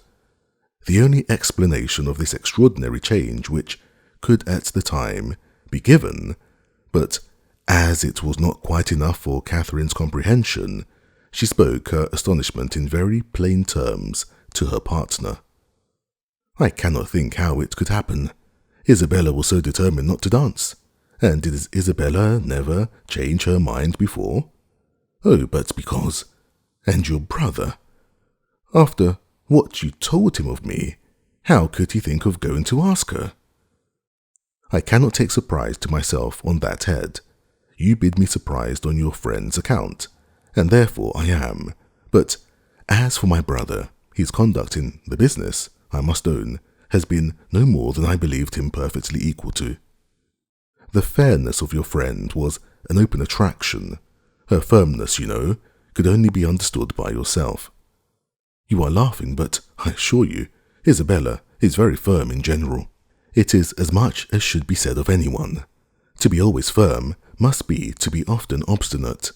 When properly to relax is the trial of judgment, and without reference to my brother, I really think Miss Thorpe has by no means chosen ill in fixing on the present hour." The friends were not able to get together for any confidential discourse till all the dancing was over. But then, as they walked about the room, arm in arm, Isabella thus explained herself: "I do not wonder at your surprise, and I am really fatigued to death. He is such a rattle. Amusing enough, if my mind has been disengaged, but I would have given the world to sit still." "Then why did you not?" "Oh, my dear, it would have looked so particular. And you know how I abhor doing that. I refused him as long as I possibly could, but he would not take a denial. You have no idea how he pressed me. I begged him to excuse me and get some other partner, but no, not he. After aspiring to my hand, there was nobody else in the room he could bear to think of, and it was not that he wanted merely to dance, he wanted to be with me. Oh, such nonsense! I told him he had taken a very unlikely way to prevail upon me, for of all things in the world, I hated fine speeches and compliments. And so then I found there would be no peace if I did not stand up. Besides, I thought Mrs. Hughes, who introduced him, might take it ill if I did not, and your dear brother, I am sure he would have been miserable if I had sat down the whole evening. So I am glad it is over. My spirits are quite jaded with listening to his nonsense, and then, being such a smart young fellow, I saw every eye was upon us. He is very handsome indeed. Handsome? Yes, I suppose he may. I dare say people would admire him in general, but he is not at all in my style of beauty. I hate florid complexion and dark eyes in a man. However, he is very well. Amazingly conceited, I am sure. I took him down several times, you know, in my way.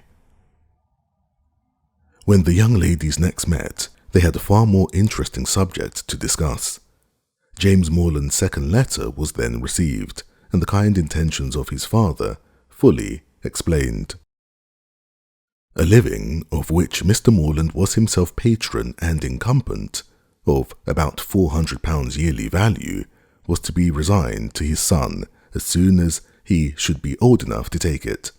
No trifling deduction from the family income, no niggardly assignment to one of 10 children. An estate of at least equal value, moreover, was assured as his future inheritance. James expressed himself on the occasion with becoming gratitude, and the necessity of waiting between 2 and 3 years before they could marry, being, however unwelcome, no more than he had expected, was borne by him without discontent. Catherine, whose expectations had been as unfixed as her ideas of her father's income, and whose judgment was now entirely led by her brother, felt equally well satisfied, and heartily congratulated Isabella on having everything so pleasantly settled. "It is very charming indeed," said Isabella, with a grave face. "Mr. Morland has behaved vastly handsome indeed," said the gentle Mrs. Thorpe, looking anxiously at her daughter. "I only wish I could do as much. One could not expect more from him, you know. If he finds he can do more by and by, I dare say he will, for I am sure he must be an excellent, good-hearted man. 400 is but a small income to begin on, indeed, but your wishes, my dear Isabella, are so moderate that you do not consider how little you ever want, my dear. It is not on my own account I wish for more, but I cannot bear to be the means of injuring my dear Morland, making him sit down upon an income hardly enough to find one in the common necessaries of life. For myself, it is nothing. I never think of myself. I know you never do, my dear, and you will always find your reward in the affection it makes everybody feel for you. There never was a young woman so beloved as you are by everybody that knows you, and I dare say when Mr. Morland sees you, my dear child, but do not let us distress our dear Catherine by talking of such things. Mr. Morland has behaved so very handsome, you know. I always heard he was a most excellent man, and you know, my dear, we are not to suppose but what, if you had had a suitable fortune, he would have come down with something more, for I am sure he must be a most liberal-minded man. Nobody can think better of Mr. Morland than I do, I am sure, but everybody has their failing, you know, and everybody has a right to do what they like with their own money. Catherine was hurt by these insinuations. I am very sure, said she, that my father has promised to do as much as he can afford. Isabella recollected herself. As to that, my sweet Catherine, there cannot be a doubt, and you know me well enough to be sure that a much smaller income would satisfy me. It is not the want of more money that makes me just at present a little out of spirits. I hate money, and if our union could take place now upon only £50 a year, I should not have a wish unsatisfied. Ah, my Catherine, you have found me out. There's the sting. the long, endless 2 years and a half that are to pass before your brother can hold the living. Yes, my darling Isabella, said Mrs. Thorpe, we perfectly see into your heart. You have no disguise. We perfectly understand the present vexation, and everybody must love you the better for such a noble, honest affection. Catherine's uncomfortable feelings began to lessen. She endeavoured to believe that the delay of the marriage was the only source of Isabella's regret, and when she saw her at the next interview, as cheerful and amiable as ever, endeavoured to forget that she had for a minute thought otherwise. James soon followed his letter, and was received with the most gratifying kindness. Chapter 17. The Allens had now entered on the 6th week of their stay in Bath, and whether it should be the last was for some time a question, to which Catherine listened with a beating heart. To have her acquaintance with the Tilneys end so soon was an evil which nothing could counterbalance. Her whole happiness seemed at stake while the affair was in suspense, and everything secured when it was determined that the lodging should be taken for another fortnight. What this additional fortnight was to produce to her beyond the pleasure of sometimes seeing Henry Tilney made but a small part of Catherine's speculation. Once or twice indeed, since James's engagement had taught her what could be done, she had got so far as to indulge in a secret, perhaps, but in general, the felicity of being with him for the present bounded her views. The present was now comprised in another 3 weeks, and her happiness being certain for that period, the rest of her life was at such a distance as to excite but little interest.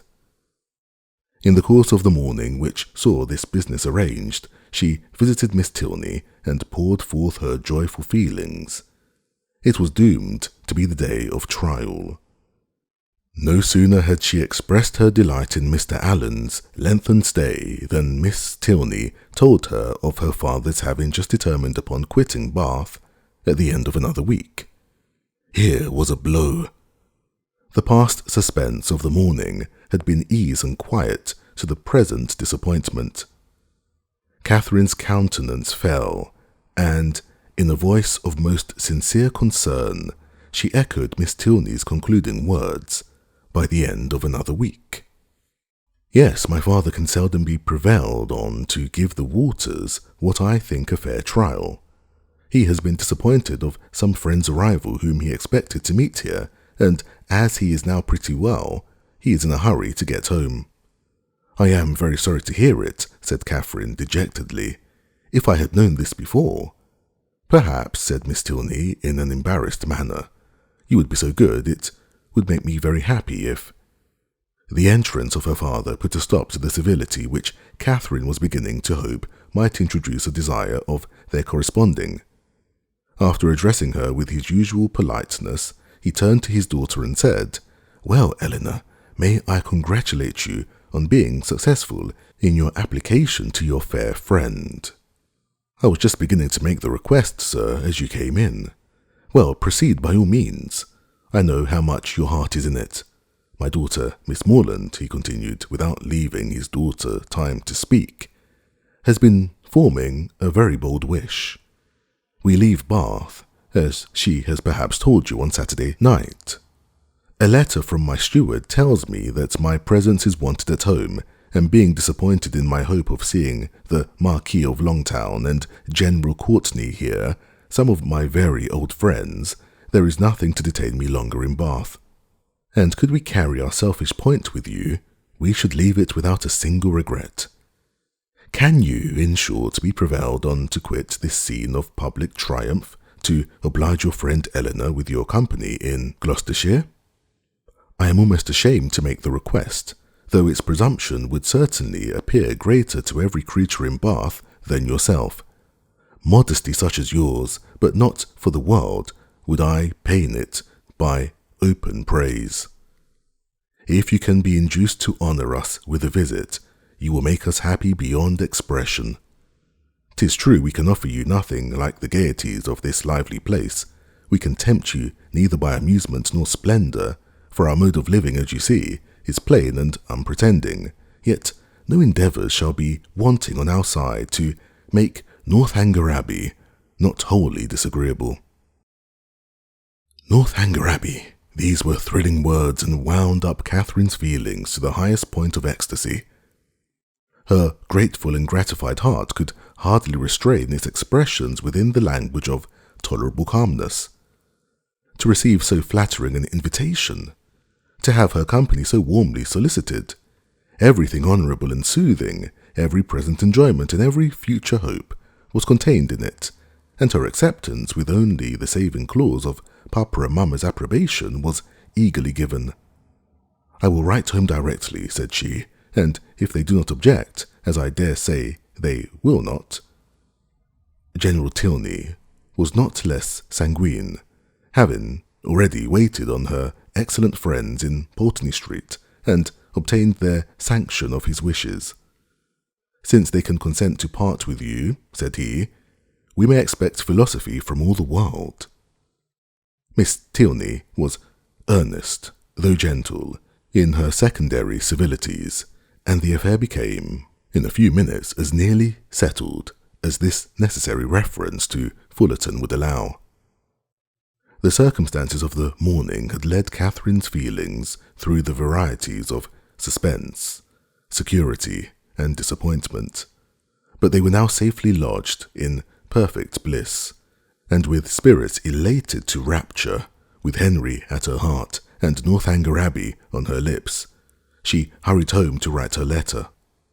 Mr. and Mrs. Morland, relying on the discretion of the friends to whom they had already entrusted their daughter, felt no doubt of the propriety of an acquaintance which had been formed under their eye, and sent therefore by return of post their ready consent to her visit in Gloucestershire. This indulgence, though not more than Catherine had hoped for, completed her conviction of being favoured beyond every other human creature in friends and fortune, circumstance and chance. Everything seemed to cooperate for her advantage. By the kindness of her first friends, the Allens, she had been introduced into scenes where pleasures of every kind had met her. Her feelings, her preferences, had each known the happiness of a return. Wherever she felt attachment, she had been able to create it. The affection of Isabella was to be secured to her in a sister. The Tilneys, they by whom, above all, she desired to be favourably thought of, outstripped even her wishes in the flattering measures by which their intimacy was to be continued. She was to be their chosen visitor. She was to be for weeks under the same roof with the person whose society she mostly prized, and, in addition to all the rest, this roof was to be the roof of an abbey. Her passion for ancient edifices was next in degree to her passion for Henry Tilney, and castles and abbeys made usually the charm of those reveries which his image did not fill. To see and explore either the ramparts and keep of the one, or the cloisters of the other, had been for many weeks a darling wish, though to be more than the visitor of an hour had seemed too nearly impossible for desire. And yet this was to happen, with all the chances against her of house, hall, place, park, court, and cottage. Northanger turned up an abbey, and she was to be its inhabitant. Its long, damp passages, its narrow cells and ruined chapel were to be within her daily reach, and she could not entirely subdue the hope of some traditional legends, some awful memorials of an injured and ill-fated nun. It was wonderful that her friend should seem so little elated by the possession of such a home, that the consciousness of it should be so meekly borne. The power of early habit only could account for it. A distinction to which they had been born gave no pride. Their superiority of abode was no more to them than their superiority of person.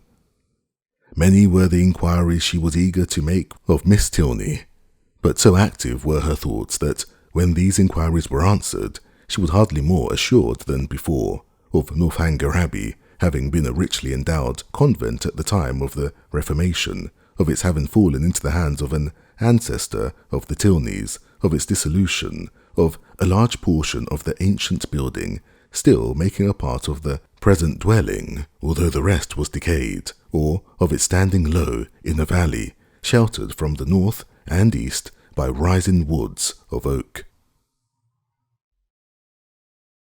Chapter 18. With a mind thus full of happiness, Catherine was hardly aware that 2 or 3 days had passed away without her seeing Isabella for more than a few minutes together.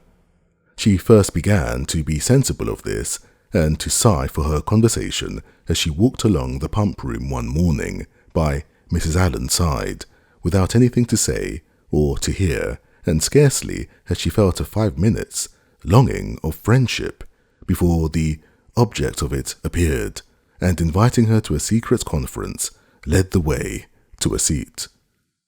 "This is my favourite place," said she, as they sat down on a bench between the doors, which commanded a tolerable view of everybody entering at either.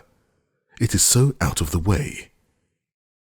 Catherine observed that Isabella's eyes were continually bent towards one door or the other, as in eager expectation, and remembering how often she had been falsely accused of being arch, thought the present a fine opportunity for being really so, and therefore gaily said, "Do not be uneasy, Isabella. James will soon be here." "Ah, my dear creature," she replied, "do not think me such a simpleton as to be always wanting to confine him to my elbow.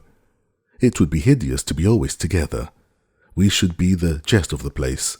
And so you are going to Northanger. I am amazingly glad of it. It is one of the finest old places in England, I understand. I shall depend upon a most particular description of it. You shall certainly have the best in my power to give. But who are you looking for? Are your sisters coming?" "I am not looking for anybody. One's eyes must be somewhere, and you know what a foolish trick I have of fixing mine, when my thoughts are 100 miles off. I am amazingly absent. I believe I am the most absent creature in the world. Tilney says it is always the case with minds of a certain stamp. But I thought, Isabella, you had something in particular to tell me." "Oh yes, and so I have. But here is a proof of what I was saying. My poor head. I had quite forgot it. Well, the thing is this. I have just had a letter from John. You can guess the contents." "No, indeed I cannot. My sweet love, do not be so abominably affected. What can he write about but yourself? You know he is over head and ears in love with you." "With me, dear Isabella?" "Nay, my sweetest Catherine, this is being quite absurd. Modesty and all that is very well in its way, but really, a little common honesty is sometimes quite as becoming. I have no idea of being so overstrained. It is fishing for compliments. His attentions were such as a child must have noticed, and it was but half an hour before he left Bath that you gave him the most positive encouragement.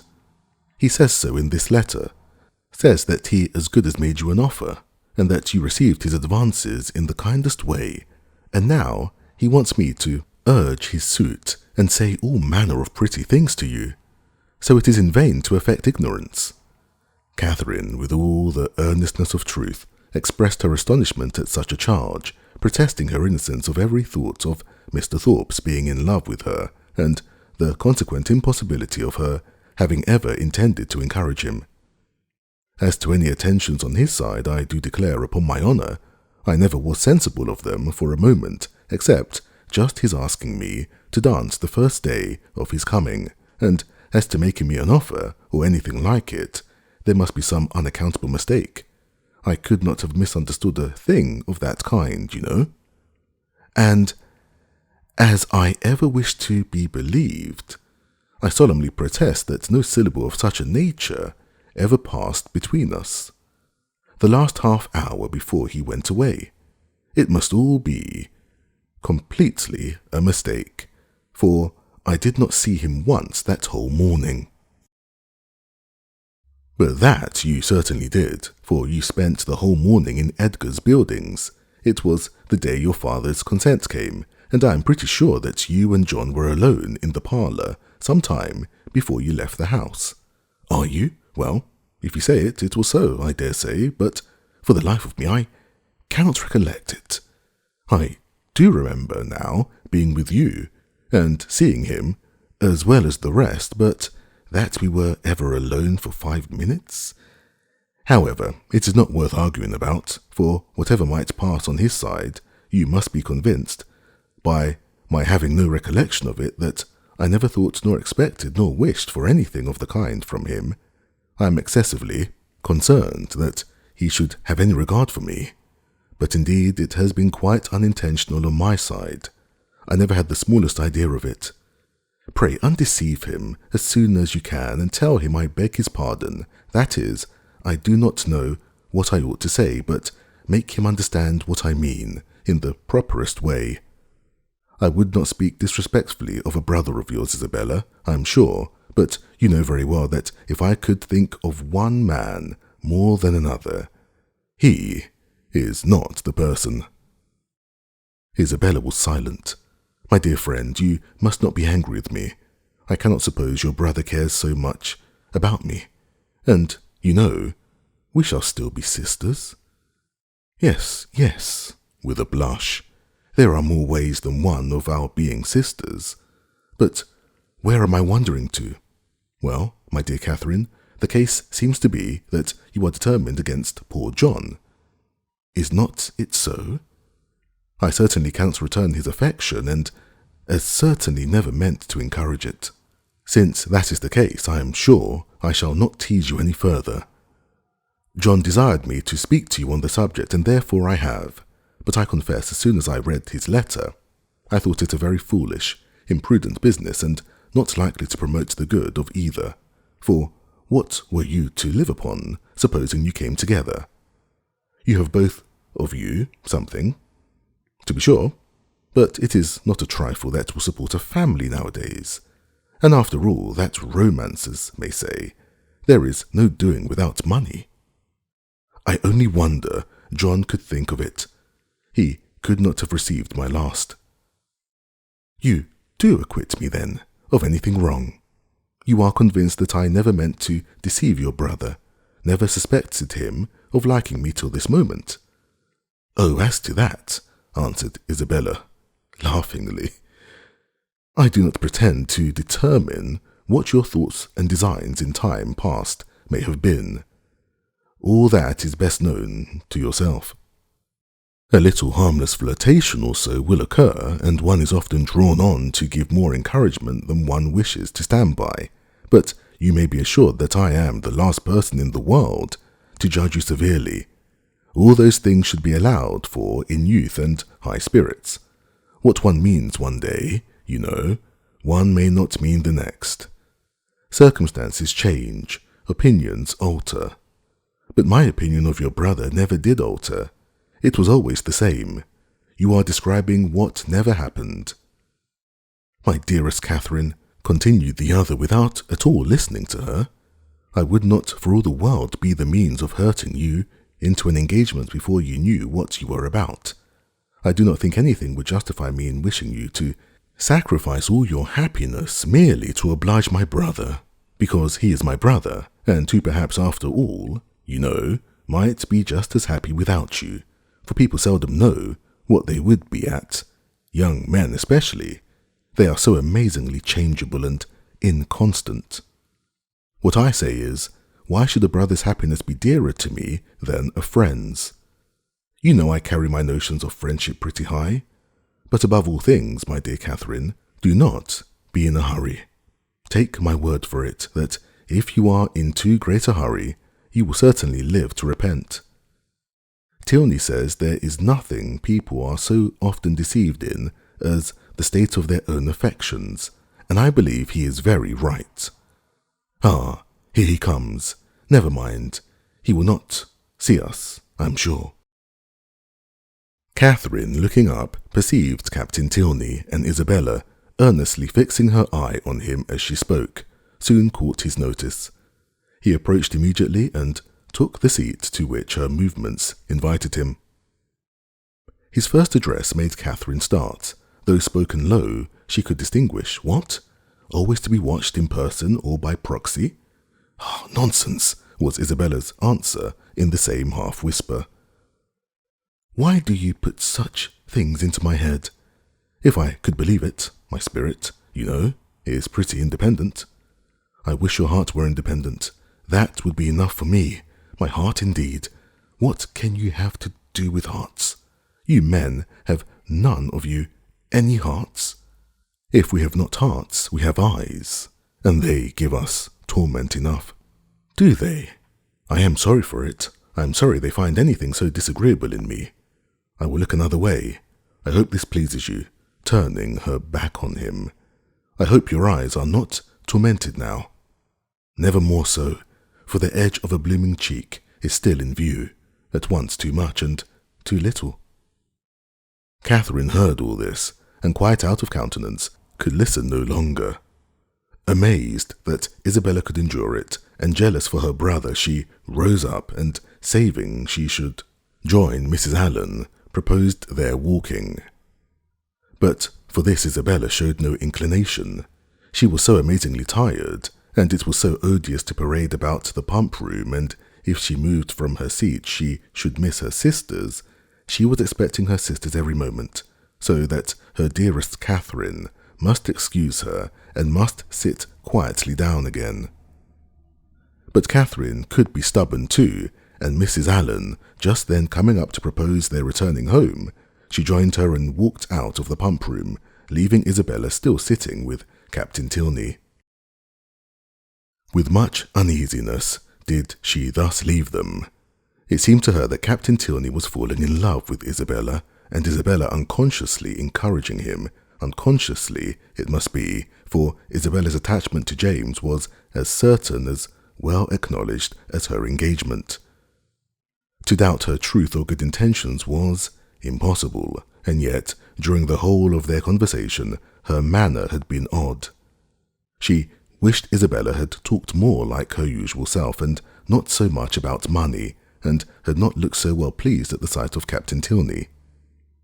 How strange that she should not perceive his admiration. Catherine longed to give her a hint of it, to put her on her guard, and prevent all the pain which her too lively behaviour might otherwise create both for him and her brother. The compliment of John Thorpe's affection did not make amends for his thoughtlessness in his sister. She was almost as far from believing as from wishing it to be sincere, for she had not forgotten that he could mistake, and his assertion of the offer and of her encouragement convinced her that his mistakes could sometimes be very egregious. In vanity, therefore, she gained but little. Her chief profit was in wonder. That he should think it worth his while to fancy himself in love with her was a matter of lively astonishment. Isabella talked of his attentions. She had never been sensible of any, but Isabella had said many things which she hoped had been spoken in haste, and would never be said again, and upon this she was glad to rest altogether for present ease and comfort. Chapter 19. A few days passed away, and Catherine, though not allowing herself to suspect her friend, could not help watching her closely. The result of her observations was not agreeable. Isabella seemed an altered creature. When she saw her, indeed surrounded only by their immediate friends in Edgar's Buildings or Pulteney Street, her change of manners was so trifling that, had it gone no farther, it might have passed unnoticed. A something of languid indifference, or of that boasted absence of mind which Catherine had never heard of before, would occasionally come across her, but had nothing worse appeared, that might only have spread a new grace and inspired a warmer interest. But when Catherine saw her in public, admitting Captain Tilney's attentions as readily as they were offered, and allowing him almost an equal share with James in her notice and smiles, the alteration became too positive to be passed over. And what could be meant by such unsteady conduct, what her friend could be at, was beyond her comprehension. Isabella could not be aware of the pain she was inflicting, but it was a degree of wilful thoughtlessness which Catherine could not but resent. James was the sufferer. She saw him grave and uneasy, and however careless of his present comfort the woman might be who had given him her heart, to her it was always an object. For poor Captain Tilney, too, she was greatly concerned. Though his looks did not please her, his name was a passport to her goodwill, and she thought with sincere compassion of his approaching disappointment, for, in spite of what she had believed herself to overhear in the pump-room, his behaviour was so incompatible with a knowledge of Isabella's engagement that she could not, upon reflection, imagine him aware of it. He might be jealous of her brother as a rival, but if more had seemed implied, the fault must have been in her misapprehension. She wished by a gentle remonstrance to remind Isabella of her situation, and make her aware of this double unkindness, but for remonstrance, either opportunity or comprehension was always against her. If able to suggest a hint, Isabella could never understand it. In this distress, the intended departure of the Tilney family became her chief consolation. Their journey into Gloucestershire was to take place within a few days, and Captain Tilney's removal would at least be his own.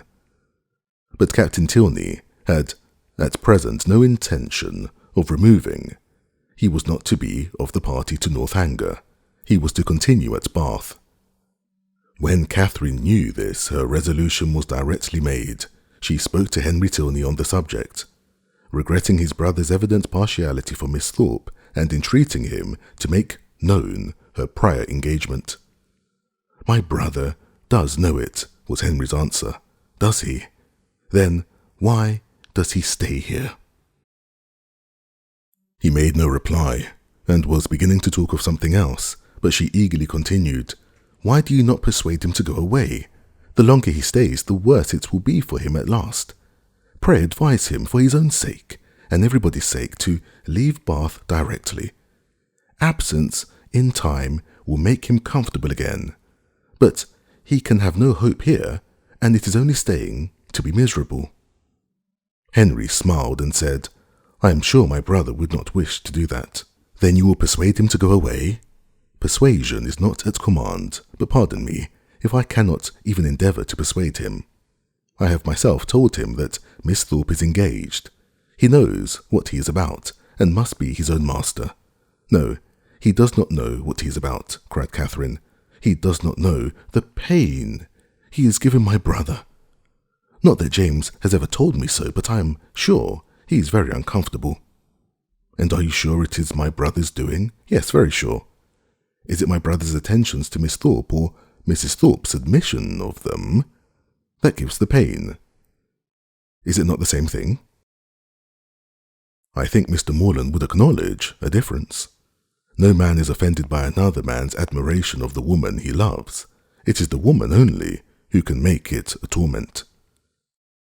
Catherine blushed for her friend, and said, "Isabella is wrong. I am sure she cannot mean to torment, for she is very much attached to my brother. She has been in love with him ever since they first met, and while my father's consent was uncertain, she fretted herself almost into a fever. You know she must be attached to him. I understand she is in love with James and flirts with Frederick. Oh no, not flirts. A woman in love with one man cannot flirt with another. It is probable that she will neither love so well nor flirt so well as she might do either singly. The gentlemen must each give up a little." After a short pause, Catherine resumed with, "Then you do not believe Isabella so very much attached to my brother? I can have no opinion on that subject. But what can your brother mean? If he knows her engagement, what can he mean by his behaviour?" "You are a very close questioner." "Am I? I only ask what I want to be told." "But do you only ask what I can be expected to tell? Yes, I think so, for you must know your brother's heart. My brother's heart, as you term it, on the present occasion, I assure you, I can only guess at. Well? Well, nay, if it is to be guesswork, let us all guess for ourselves. To be guided by second-hand conjecture is pitiful. The premises are before you. My brother is a lively and perhaps sometimes a thoughtless young man. He has had about a week's acquaintance with your friend, and he has known her engagement almost as long as he has known her. Well, said Catherine after some moments' consideration, you may be able to guess at your brother's intentions from all this, but I am sure I cannot. But is it not your father uncomfortable about it? Does not he want Captain Tilney to go away? Sure, if your father were to speak to him, he would go. My dear Miss Morland, said Henry in his amiable solicitude for your brother's comfort, may you not be a little mistaken? Are you not carried a little too far? Would he thank you either on his own account or Miss Thorpe's for supposing that her affection, or at least her good behaviour, is only to be secured by her seeing nothing of Captain Tilney? Is he safe only in solitude? Or is her heart constant to him only when unsolicited by anyone else? He cannot think this, and you may be sure that he would not have you think it. I will not say, do not be uneasy, because I know that you are so at this moment, but be as little uneasy as you can. You have no doubt of the mutual attachment of your brother and your friend. Depend on it, therefore, that real jealousy never can exist between them. Depend on it that no disagreement between them can be of any duration. Their hearts are open to each other, and neither heart can be to you. They know exactly what is required and what can be borne, and you may be certain that one will never tease the other beyond what is known to be pleasant. Perceiving her still to look doubtful and grave, he added, Though Frederick does not leave Bath with us, he will probably remain but a short time, perhaps only a few days behind us. His leave of absence will soon expire, and he must return to his regiment, and what will then be their acquaintance? The mess-room will drink Isabella Thorpe for a fortnight, and she will laugh with your brother over poor Tilney's passion for a month. Catherine would contend no longer against comfort. She had resisted its approaches during the whole length of her speech, but it now carried her captive. Henry Tilney must know best. She blamed herself for the extent of her fears and resolved never to think so seriously on the subject again. Her resolution was supported by Isabella's behaviour in their parting interview. The Thorpes spent the last evening of Catherine's stay in Portney Street, and nothing passed between the lovers to excite her uneasiness or make her quit them in apprehension. James was in excellent spirits, and Isabella most engagingly placid. Her tenderness for her friend seemed rather the first feeling of her heart, but that at such a moment was allowable, and once she gave her lover a flat contradiction, and once drew back her hand, but Catherine remembered Henry's instructions, and placed it all to judicious attention. The embraces, tears, and promises of the parting fair ones may be fancied. Chapter 20. Mr. and Mrs. Allen were sorry to lose their young friend, whose good humour and cheerfulness had made her a valuable companion, and in the promotion of whose enjoyment their own had been gently increased. Her happiness in going with Miss Tilney, however, prevented their wishing it otherwise, and as they were to remain only one more week in Bath themselves, her quitting them now would not be long felt. Mr. Allen attended her to Milsom Street, where she was to breakfast, and saw her seated with the kindest welcome among her new friends, but so great was her agitation in finding herself as one of the family, and so fearful was she of not doing exactly what was right, and of not being able to preserve their good opinion, that, in the embarrassment of the first 5 minutes, she could almost have wished to return with him to Portney Street. Miss Tilney's manners and Henry's smile soon did away some of her unpleasant feelings, but still she was far from being at ease, nor could the incessant attentions of the General himself entirely reassure her. Nay, perverse as it seemed, she doubted whether she might not have felt less, had she been less attended to. His anxiety for her comfort, his continual solicitations that she would eat, and his often expressed fears of her seeing nothing to her taste, though never in her life before had she beheld half such variety on a breakfast table, made it impossible for her to forget for a moment that she was a visitor. She felt utterly unworthy of such respect, and knew not how to reply to it. Her tranquillity was not improved by the General's impatience for the appearance of his eldest son, nor by the displeasure he expressed at his laziness when Captain Tilney at last came down. She was quite pained by the severity of his father's reproof, which seemed disproportionate to the offence, and much was her concern increased when she found herself the principal cause of the lecture, and that his tardiness was chiefly resented from being disrespectful to her. This was placing her in a very uncomfortable situation, and she felt her great compassion for Captain Tilney without being able to hope for his goodwill. He listened to his father in silence and attempted not any defence, which confirmed her in fearing that the inquietude of his mind on Isabella's account might, by keeping him long sleepless, have been the real cause of his rising late. It was the first time of her being decidedly in his company, and she had hoped to be now able to form her own opinion of him, but she scarcely heard his voice while his father remained in the room, and even afterwards, so much were his spirits affected, she could distinguish nothing but these words, in a whisper to Eleanor, "How glad I shall be when you are all off." The bustle of going was not pleasant. The clock struck 10 while the trunks were carrying down, and the General had fixed to be out of Milsom Street by that hour. His great coat, instead of being brought for him to put on directly, was spread out in the curricle in which he was to accompany his son. The middle seat of the chaise was not drawn out, though there were 3 people to go in it, and his daughter's maid had so crowded it with parcels that Miss Morland would not have room to sit, and so much was he influenced by this apprehension when he handed her in, that she had some difficulty in saving her own new writing desk from being thrown out into the street. At last, however, the door was closed upon the 3 females, and they set off at the sober pace in which the handsome, highly fed 4 horses of a gentleman usually perform a journey of 30 miles.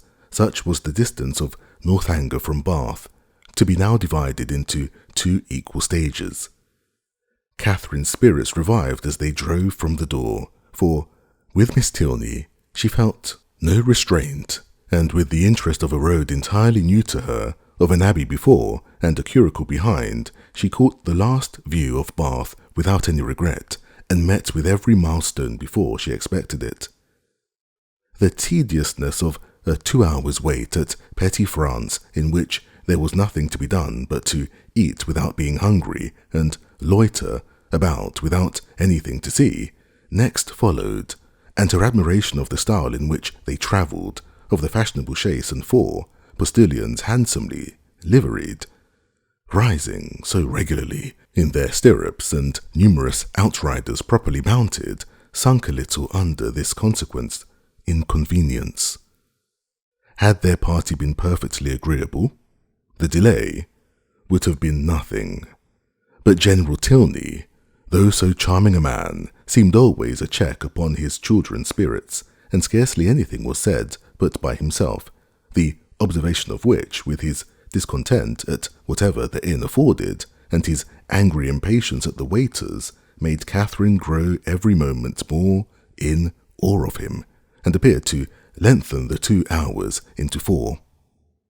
At last, however, the order of release was given, and much was Catherine then surprised by the General's proposal of her taking his place in his son's curricle for the rest of the journey.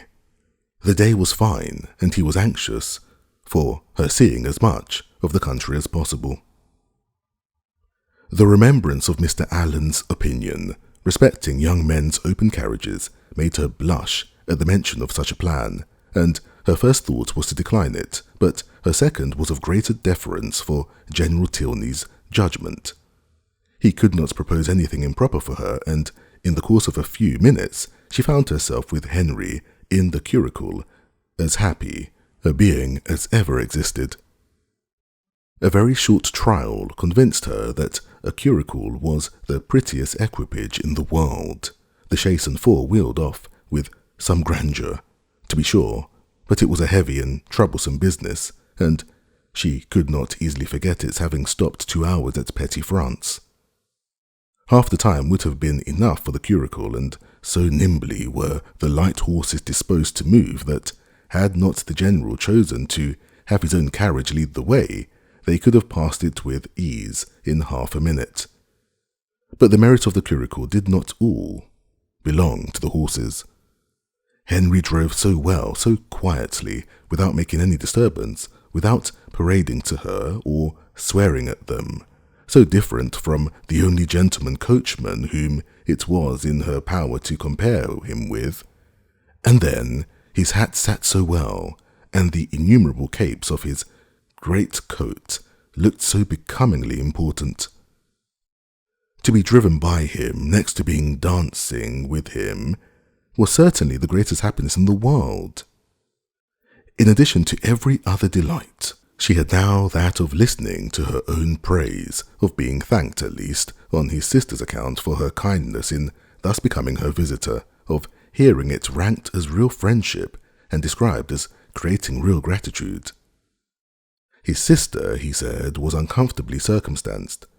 She had no female companion, and in the frequent absence of her father, was sometimes without any companion at all. "But how can that be?" said Catherine.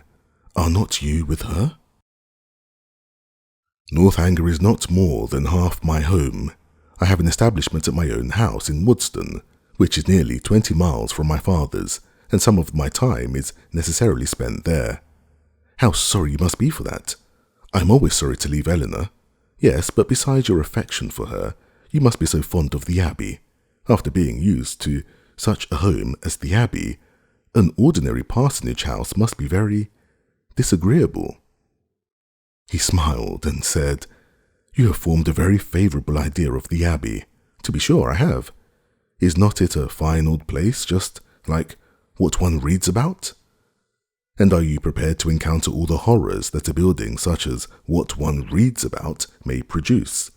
Have you a stout heart, nerves fit for sliding panels and tapestry?"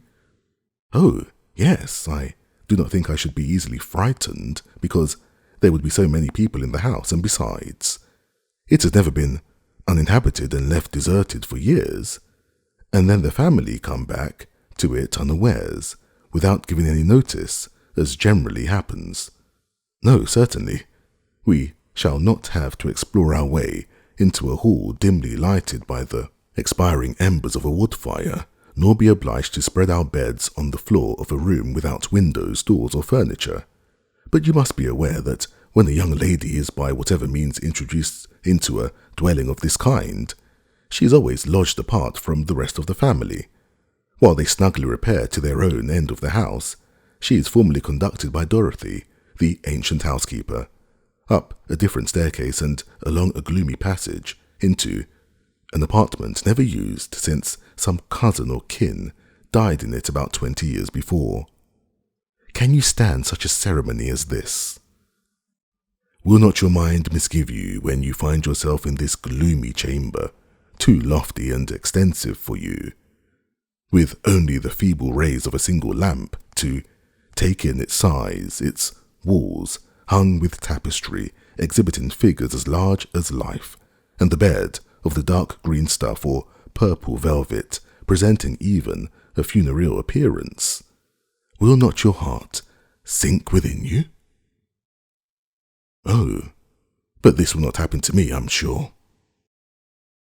How fearfully will you examine the furniture of your apartment? And what will you discern? Not tables, toiletries, wardrobes or drawers, but on one side perhaps the remains of a broken lute, on the other a ponderous chest which no efforts can open, and over the fireplace the portrait of some handsome warrior whose features will so incomprehensibly strike you that you will not be able to withdraw your eyes from it.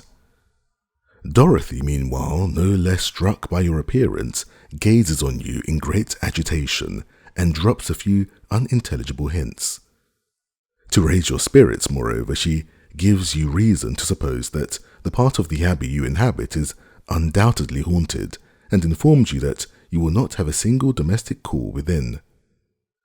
With this parting cordial, she curtsies off.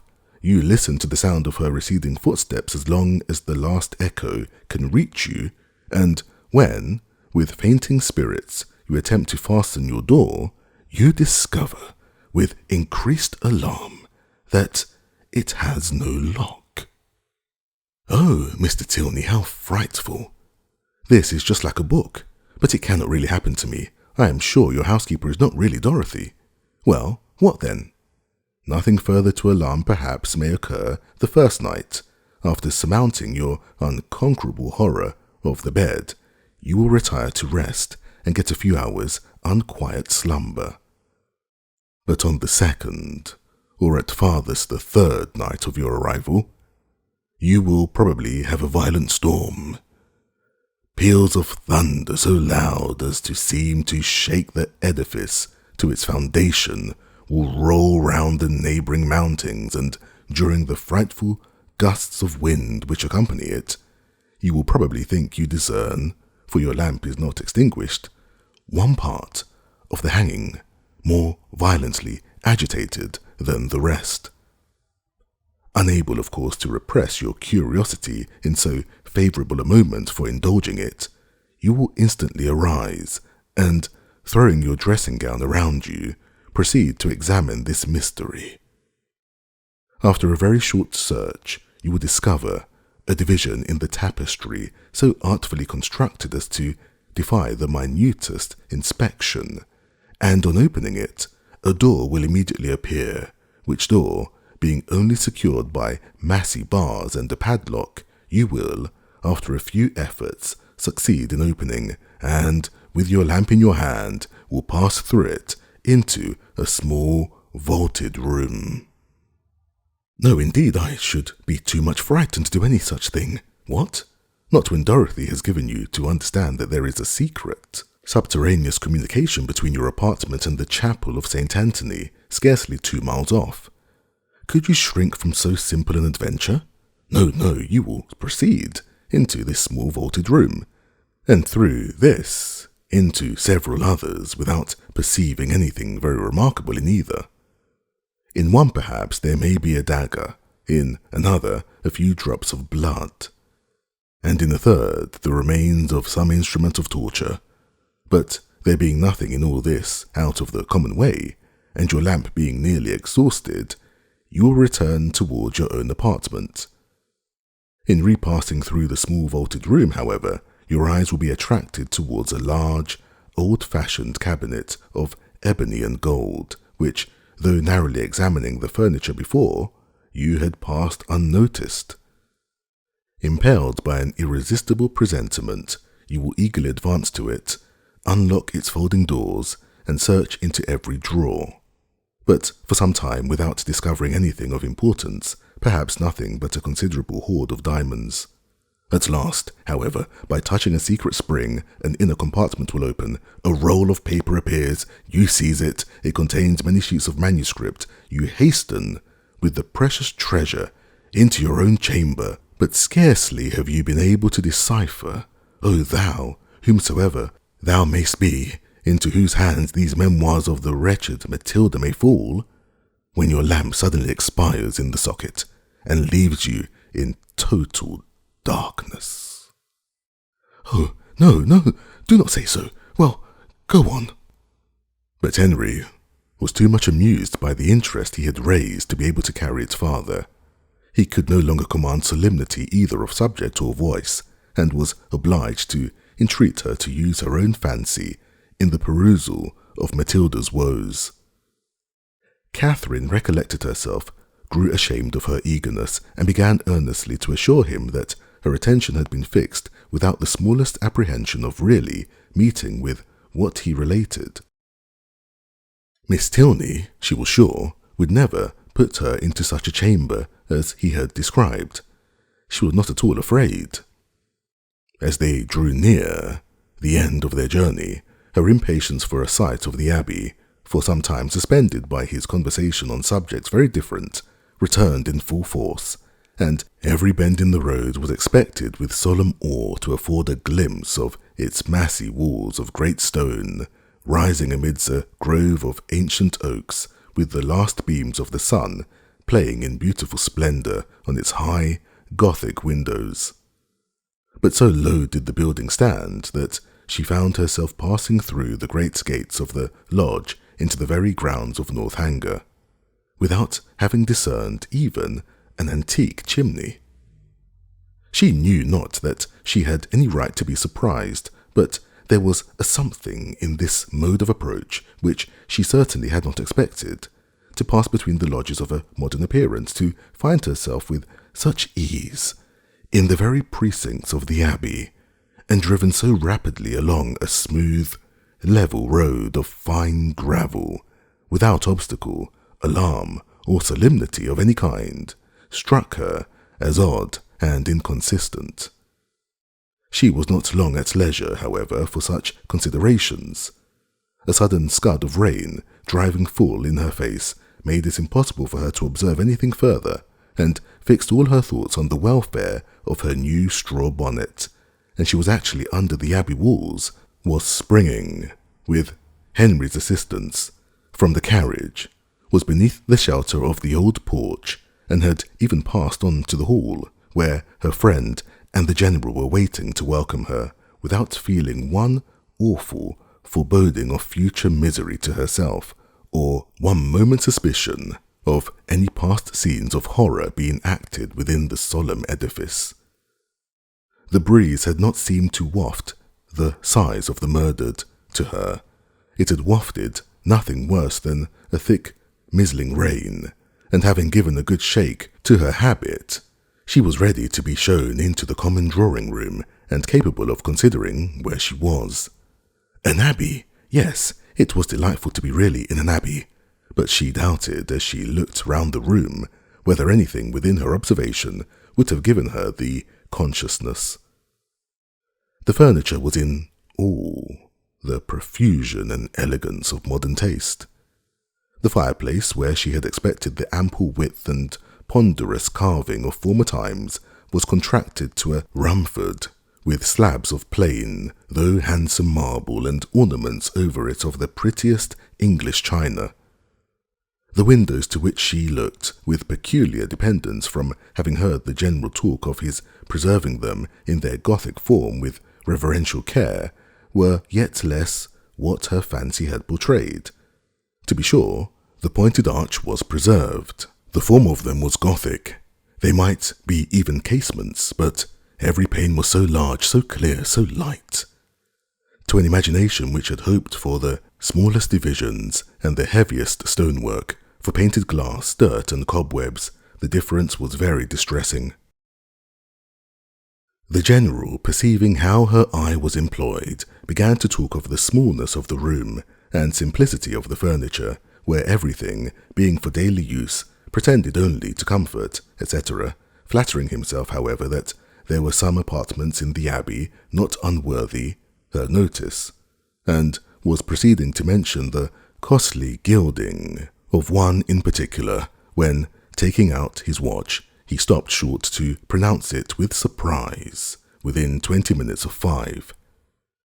This seemed the word of separation, and Catherine found herself hurried away by Miss Tilney in such a manner as convinced her that the strictest punctuality to the family hours would be expected at Northanger. Returning through the large and lofty hall, they ascended a broad staircase of shining oak, which, after many flights and many landing places, brought them upon a long, wide gallery. On one side it had a range of doors, and it was lighted on the other by windows which Catherine had only time to discover looked into a quadrangle, before Miss Tilney led the way into a chamber, and scarcely staying to hope she would find it comfortable, left her with an anxious entreaty that she would make as little alteration as possible in her dress. Chapter 21. A moment's glance was enough to satisfy Catherine that her apartment was very unlike the one which Henry had endeavoured to alarm her by the description of. It was by no means unreasonably large and contained neither tapestry nor velvet. The walls were papered, the floor was carpeted, the windows were neither less perfect nor more dim than those of the drawing-room below. The furniture, though not of the latest fashion, was handsome and comfortable, and the air of the room altogether far from uncheerful. Her heart instantaneously at ease on this point, she resolved to lose no time in particular examination of anything, as she greatly dreaded disobliging the general by any delay. Her habit therefore was thrown off with all possible haste, and she was preparing to unpin the linen package which the chaise seat had conveyed for her immediate accommodation, when her eye suddenly fell on a large high chest standing back in a deep recess on one side of the fireplace. The sight of it made her start, and forgetting everything else, she stood gazing on it in motionless wonder until these thoughts crossed her. This is strange indeed. I did not expect such a sight as this. An immense heavy chest. What can it hold? Pushed back too, as if meant to be out of sight. I will look into it. Cost me what it may, I will look into it, and directly too, by daylight. If I stay till evening, my candle may go out. She advanced and examined it closely. It was of cedar, curiously inlaid with some darker wood, and raised about a foot from the ground on a carved stand of the same. The lock was silver, though tarnished from age. At each end were the imperfect remains of handles, also of silver, broken perhaps prematurely by some strange violence. And on the centre of the lid was a mysterious cipher in the same metal. Catherine bent over it intently, but without being able to distinguish anything with certainty. She could not, in whatever direction she took it, believe the last letter to be a T, and yet that it should be anything else in that house, that was a circumstance to raise no common degree of astonishment. If not originally theirs, by what strange events could it have fallen into the Tilney family? Her fearful curiosity was every moment growing greater, and seizing with trembling hands the hasp of the lock, she resolved at all hazards to satisfy herself at least to its contents. With difficulty, for something seemed to resist her efforts, she raised the lid a few inches. But at that moment, a sudden knocking at the door of the room made her, starting, quit the hold, and the lid closed with alarming violence. This ill-timed intruder was Miss Tilney's maid, sent by her mistress to be of use to Miss Morland, and though Catherine immediately dismissed her, it recalled her to the sense of what she ought to be doing, and forced her, in spite of her anxious desire to penetrate this mystery, to proceed in her dressing without further delay. Her progress was not quick, for her thoughts and her eyes were still bent on the object so well calculated to interest and alarm, and though she dared not waste a moment upon a second attempt, she could not remain many paces from the chest. At length, however, having slipped one arm into her gown, her toilette seemed so nearly finished that the impatience of her curiosity might safely be indulged. One moment surely might be spared, and so desperate should be the exertion of her strength that, unless secured by supernatural means, the lid, in one moment, should be thrown back.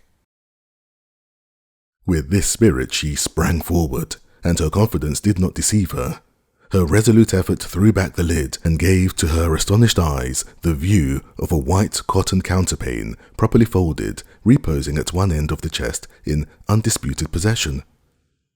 She was gazing on it with the first blush of surprise when Miss Tilney, anxious for her friends being ready, entered the room, and to the rising shame of having harboured for some minutes an absurd expectation, was then added the shame of being caught in so idle a search.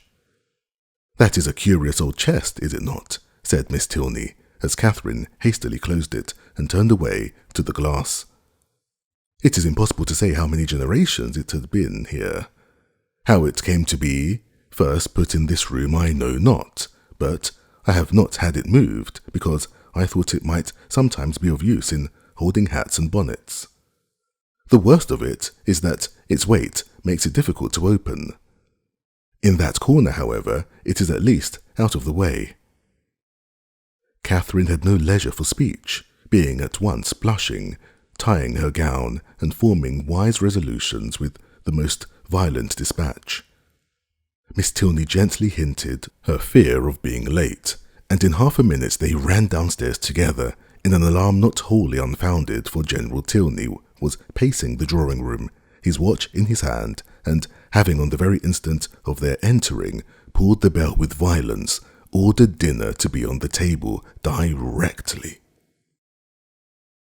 Catherine trembled at the emphasis with which he spoke, and sat pale and breathless, in a most humble mood, concerned for his children, and detesting all chests, and the General, recovering his politeness as he looked at her, spent the rest of his time in scolding his daughter for so foolishly hurrying her fair friend, who was absolutely out of breath from haste, when there was not the least occasion for hurry in the world.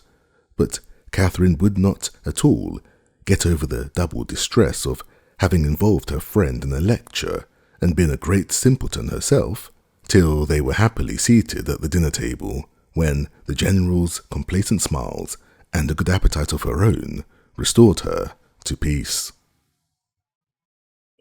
The dining parlour was a noble room, suitable in its dimensions to a much larger drawing-room than the one in common use, and fitted up in a style of luxury and expense which was almost lost on the unpractised eye of Catherine, who saw little more than its spaciousness and the number of their attendants. Of the former she spoke aloud her admiration, and the General, with a very gracious countenance, acknowledged that it was by no means an ill-sized room, and further confessed that, though as careless on such subjects as most people, he did look upon a tolerably large eating-room as one of the necessaries of life. He supposed, however, that she must have been used to much better-sized apartments at Mr. Allen's. "No, indeed," was Catherine's honest assurance. Mr. Allen's dining-parlour was not more than half as large, and she had never seen so large a room as this in her life. The General's good humour increased. Why, as he had such rooms, he thought it would be simple not to make use of them, but upon his honour he believed there might be more comfort in rooms of only half their size. Mr. Allen's house, he was sure, must be exactly of the true size for rational happiness. The evening passed without any further disturbance, and in the occasional absence of General Tilney, with much positive cheerfulness. It was only in his presence that Catherine felt the smallest fatigue from her journey, and even then, even in moments of languor or restraint, a sense of general happiness preponderated, and she could think of her friends in Bath without one wish of being with them. The night was stormy. The wind had been rising at intervals the whole afternoon, and by the time the party broke up, it blew and rained violently. Catherine, as she crossed the hall, listened to the tempest with sensations of awe, and when she heard it rage round a corner of the ancient building and close with sudden fury a distant door, felt for the first time that she was really in an abbey. Yes, these were characteristic sounds. They brought to her recollection a countless variety of dreadful situations and horrid scenes which such buildings had witnessed, and such storms ushered in, and most heartily did she rejoice in the happier circumstances attending her entrance within walls so solemn. She had nothing to dread from midnight assassins or drunken gallants. Henry had certainly been only in jest in what he had told her that morning. In a house so furnished and so guarded, she could have nothing to explore or to suffer, and might go to her bedroom as securely as if it had been her own chamber at Fullerton. Thus wisely fortifying her mind as she proceeded upstairs, she was enabled, especially on perceiving that Miss Tilney slept only 2 doors from her, to enter her room with a tolerably stout heart, and her spirits were immediately assisted by the cheerful blaze of a wood fire. "How much better is this," said she, as she walked to the fender, "how much better to find a fire ready lit than to have to wait shivering in the cold till all the family are in bed, as so many poor girls have been obliged to do, and then to have a faithful old servant frightening one by coming in with a faggot. How glad I am that Northanger is what it is. If it had been like some other places, I do not know that in such a night as this I could have answered for my courage, but now, to be sure, there is nothing to alarm one." She looked round the room. The curtained windows seemed in motion. It could be nothing but the violence of the wind penetrating through the divisions of the shutters, and she stepped boldly forward, carelessly humming a tune to assure herself of its being so, peeped courageously behind each curtain, saw nothing on either low window seat to scare her, and on placing a hand against the shutter, felt the strongest conviction of the wind's force. A glance at the old chest as she turned away from this examination was not without its use. She scorned the causeless fear of an idle fancy, and began with a most happy indifference to prepare herself for bed. She should take her time. She should not hurry herself. She did not care if she were the last person up in the house, but she would not make up her fire. That would seem cowardly, as if she wished for the protection of light after she were in bed. The fire therefore died away, and Catherine, having spent the best part of an hour in her arrangements, was beginning to think of stepping into bed when, on giving a parting glance around the room, she was struck by the appearance of a high, old-fashioned black cabinet which, though in a situation conspicuous enough, had never caught her notice before. Henry's words, his description of the ebony cabinet, which was to escape her observation at first, immediately rushed across her, and though there could be nothing really in it, there was something whimsical. It was certainly a very remarkable coincidence. She took her candle and looked closely at the cabinet. It was not absolutely ebony and gold, but it was Japan, black and yellow Japan of the handsomest kind, and as she held her candle, the yellow had very much the effect of gold. The key was in the door, and she had a strange fancy to look into it, not, however, with the smallest expectation of finding anything, but it was so very odd, after what Henry had said. In short, she could not sleep till she had examined it. So, placing the candle with great caution on a chair, she seized the key with a very tremulous hand and tried to turn it, but it resisted her utmost strength. Alarmed, but not discouraged, she tried it another way. A bolt flew, and she believed herself successful. But how strangely mysterious. The door was still immovable. She paused a moment in breathless wonder. The wind roared down the chimney, the rain beat in torrents against the windows, and everything seemed to speak the awfulness of her situation. To retire to bed, however, unsatisfied on such a point, would be vain, since sleep must be impossible, with the consciousness of a cabinet so mysteriously closed in her immediate vicinity. Again, therefore, she applied herself to the key, and after moving it in every possible way for some instance with the determined celerity of hope's last effort, the door suddenly yielded to her hand.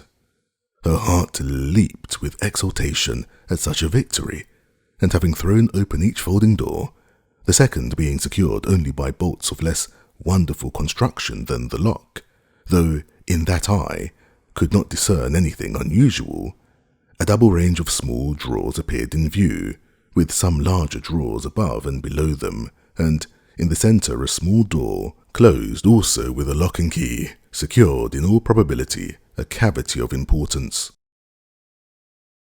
Catherine's heart beat quick, but her courage did not fail her. With a cheek flushed by hope and an eye straining with curiosity, her fingers grasped the handle of a drawer and drew it forth. It was entirely empty. With less alarm and greater eagerness she seized a second, a third, a fourth. Each was equally empty. Not one was left unsearched, and in not one was anything found. Well read in the art of concealing a treasure, the possibility of false linings to the drawers did not escape her, and she felt round each with anxious acuteness in vain. The place in the middle alone remained now unexplored, and though she had never from the first had the smallest idea of finding anything in any part of the cabinet, and was not in the least disappointed at her ill success thus far, it would be foolish not to examine it thoroughly while she was about it. It was some time, however, before she could unfasten the door, the same difficulty occurring in the management of this inner lock as of the outer, but at length it did open, and not vain as hitherto was her search. Her quick eyes directly fell on a roll of paper pushed back into the further part of the cavity, apparently for concealment, and her feelings at that moment were indescribable. Her heart fluttered, her knees trembled, and her cheeks grew pale. She seized, with an unsteady hand, the precious manuscript. For half a glance sufficed to ascertain written characters, and while she acknowledged with full sensations this striking exemplification of what Henry had foretold, resolved instantly to peruse every line before she attempted to rest. The dimness of the light her candle emitted made her turn to it with alarm, but there was no danger of its sudden extinction. It had yet some hours to burn, and that she might not have any greater difficulty in distinguishing the writing than what its ancient date might occasion, she hastily snuffed it. Alas, it was snuffed and extinguished in one. A lamp could not have expired with more awful effect. Catherine for a few moments was motionless with horror. It was done completely, not a remnant of light in the wick could give hope to the rekindling breath. Darkness, impenetrable and immovable, filled the room. A violent gust of wind, rising with sudden fury, added fresh horror to the moment. Catherine trembled from head to foot in the pause which succeeded. A sound like receding footsteps and the closing of a distant door struck on her affrighted ear. Human nature could support no more. A cold sweat stood on her forehead, the manuscript fell from her hand, and, groping her way to the bed, she jumped hastily in and sought some suspension of agony by creeping far underneath the clothes. To close her eyes in sleep that night she felt must be entirely out of the question. With a curiosity so justly awakened and feelings in every way so agitated, repose must be absolutely impossible. The storm, too, abroad was dreadful. She had not been used to feel alarm from wind, but now every blast seemed fraught with awful intelligence. The manuscript so wonderfully found, so wonderfully accomplishing the morning's prediction, how was it to be accounted for? What could it contain? To whom could it relate? By what means could it have been so long concealed?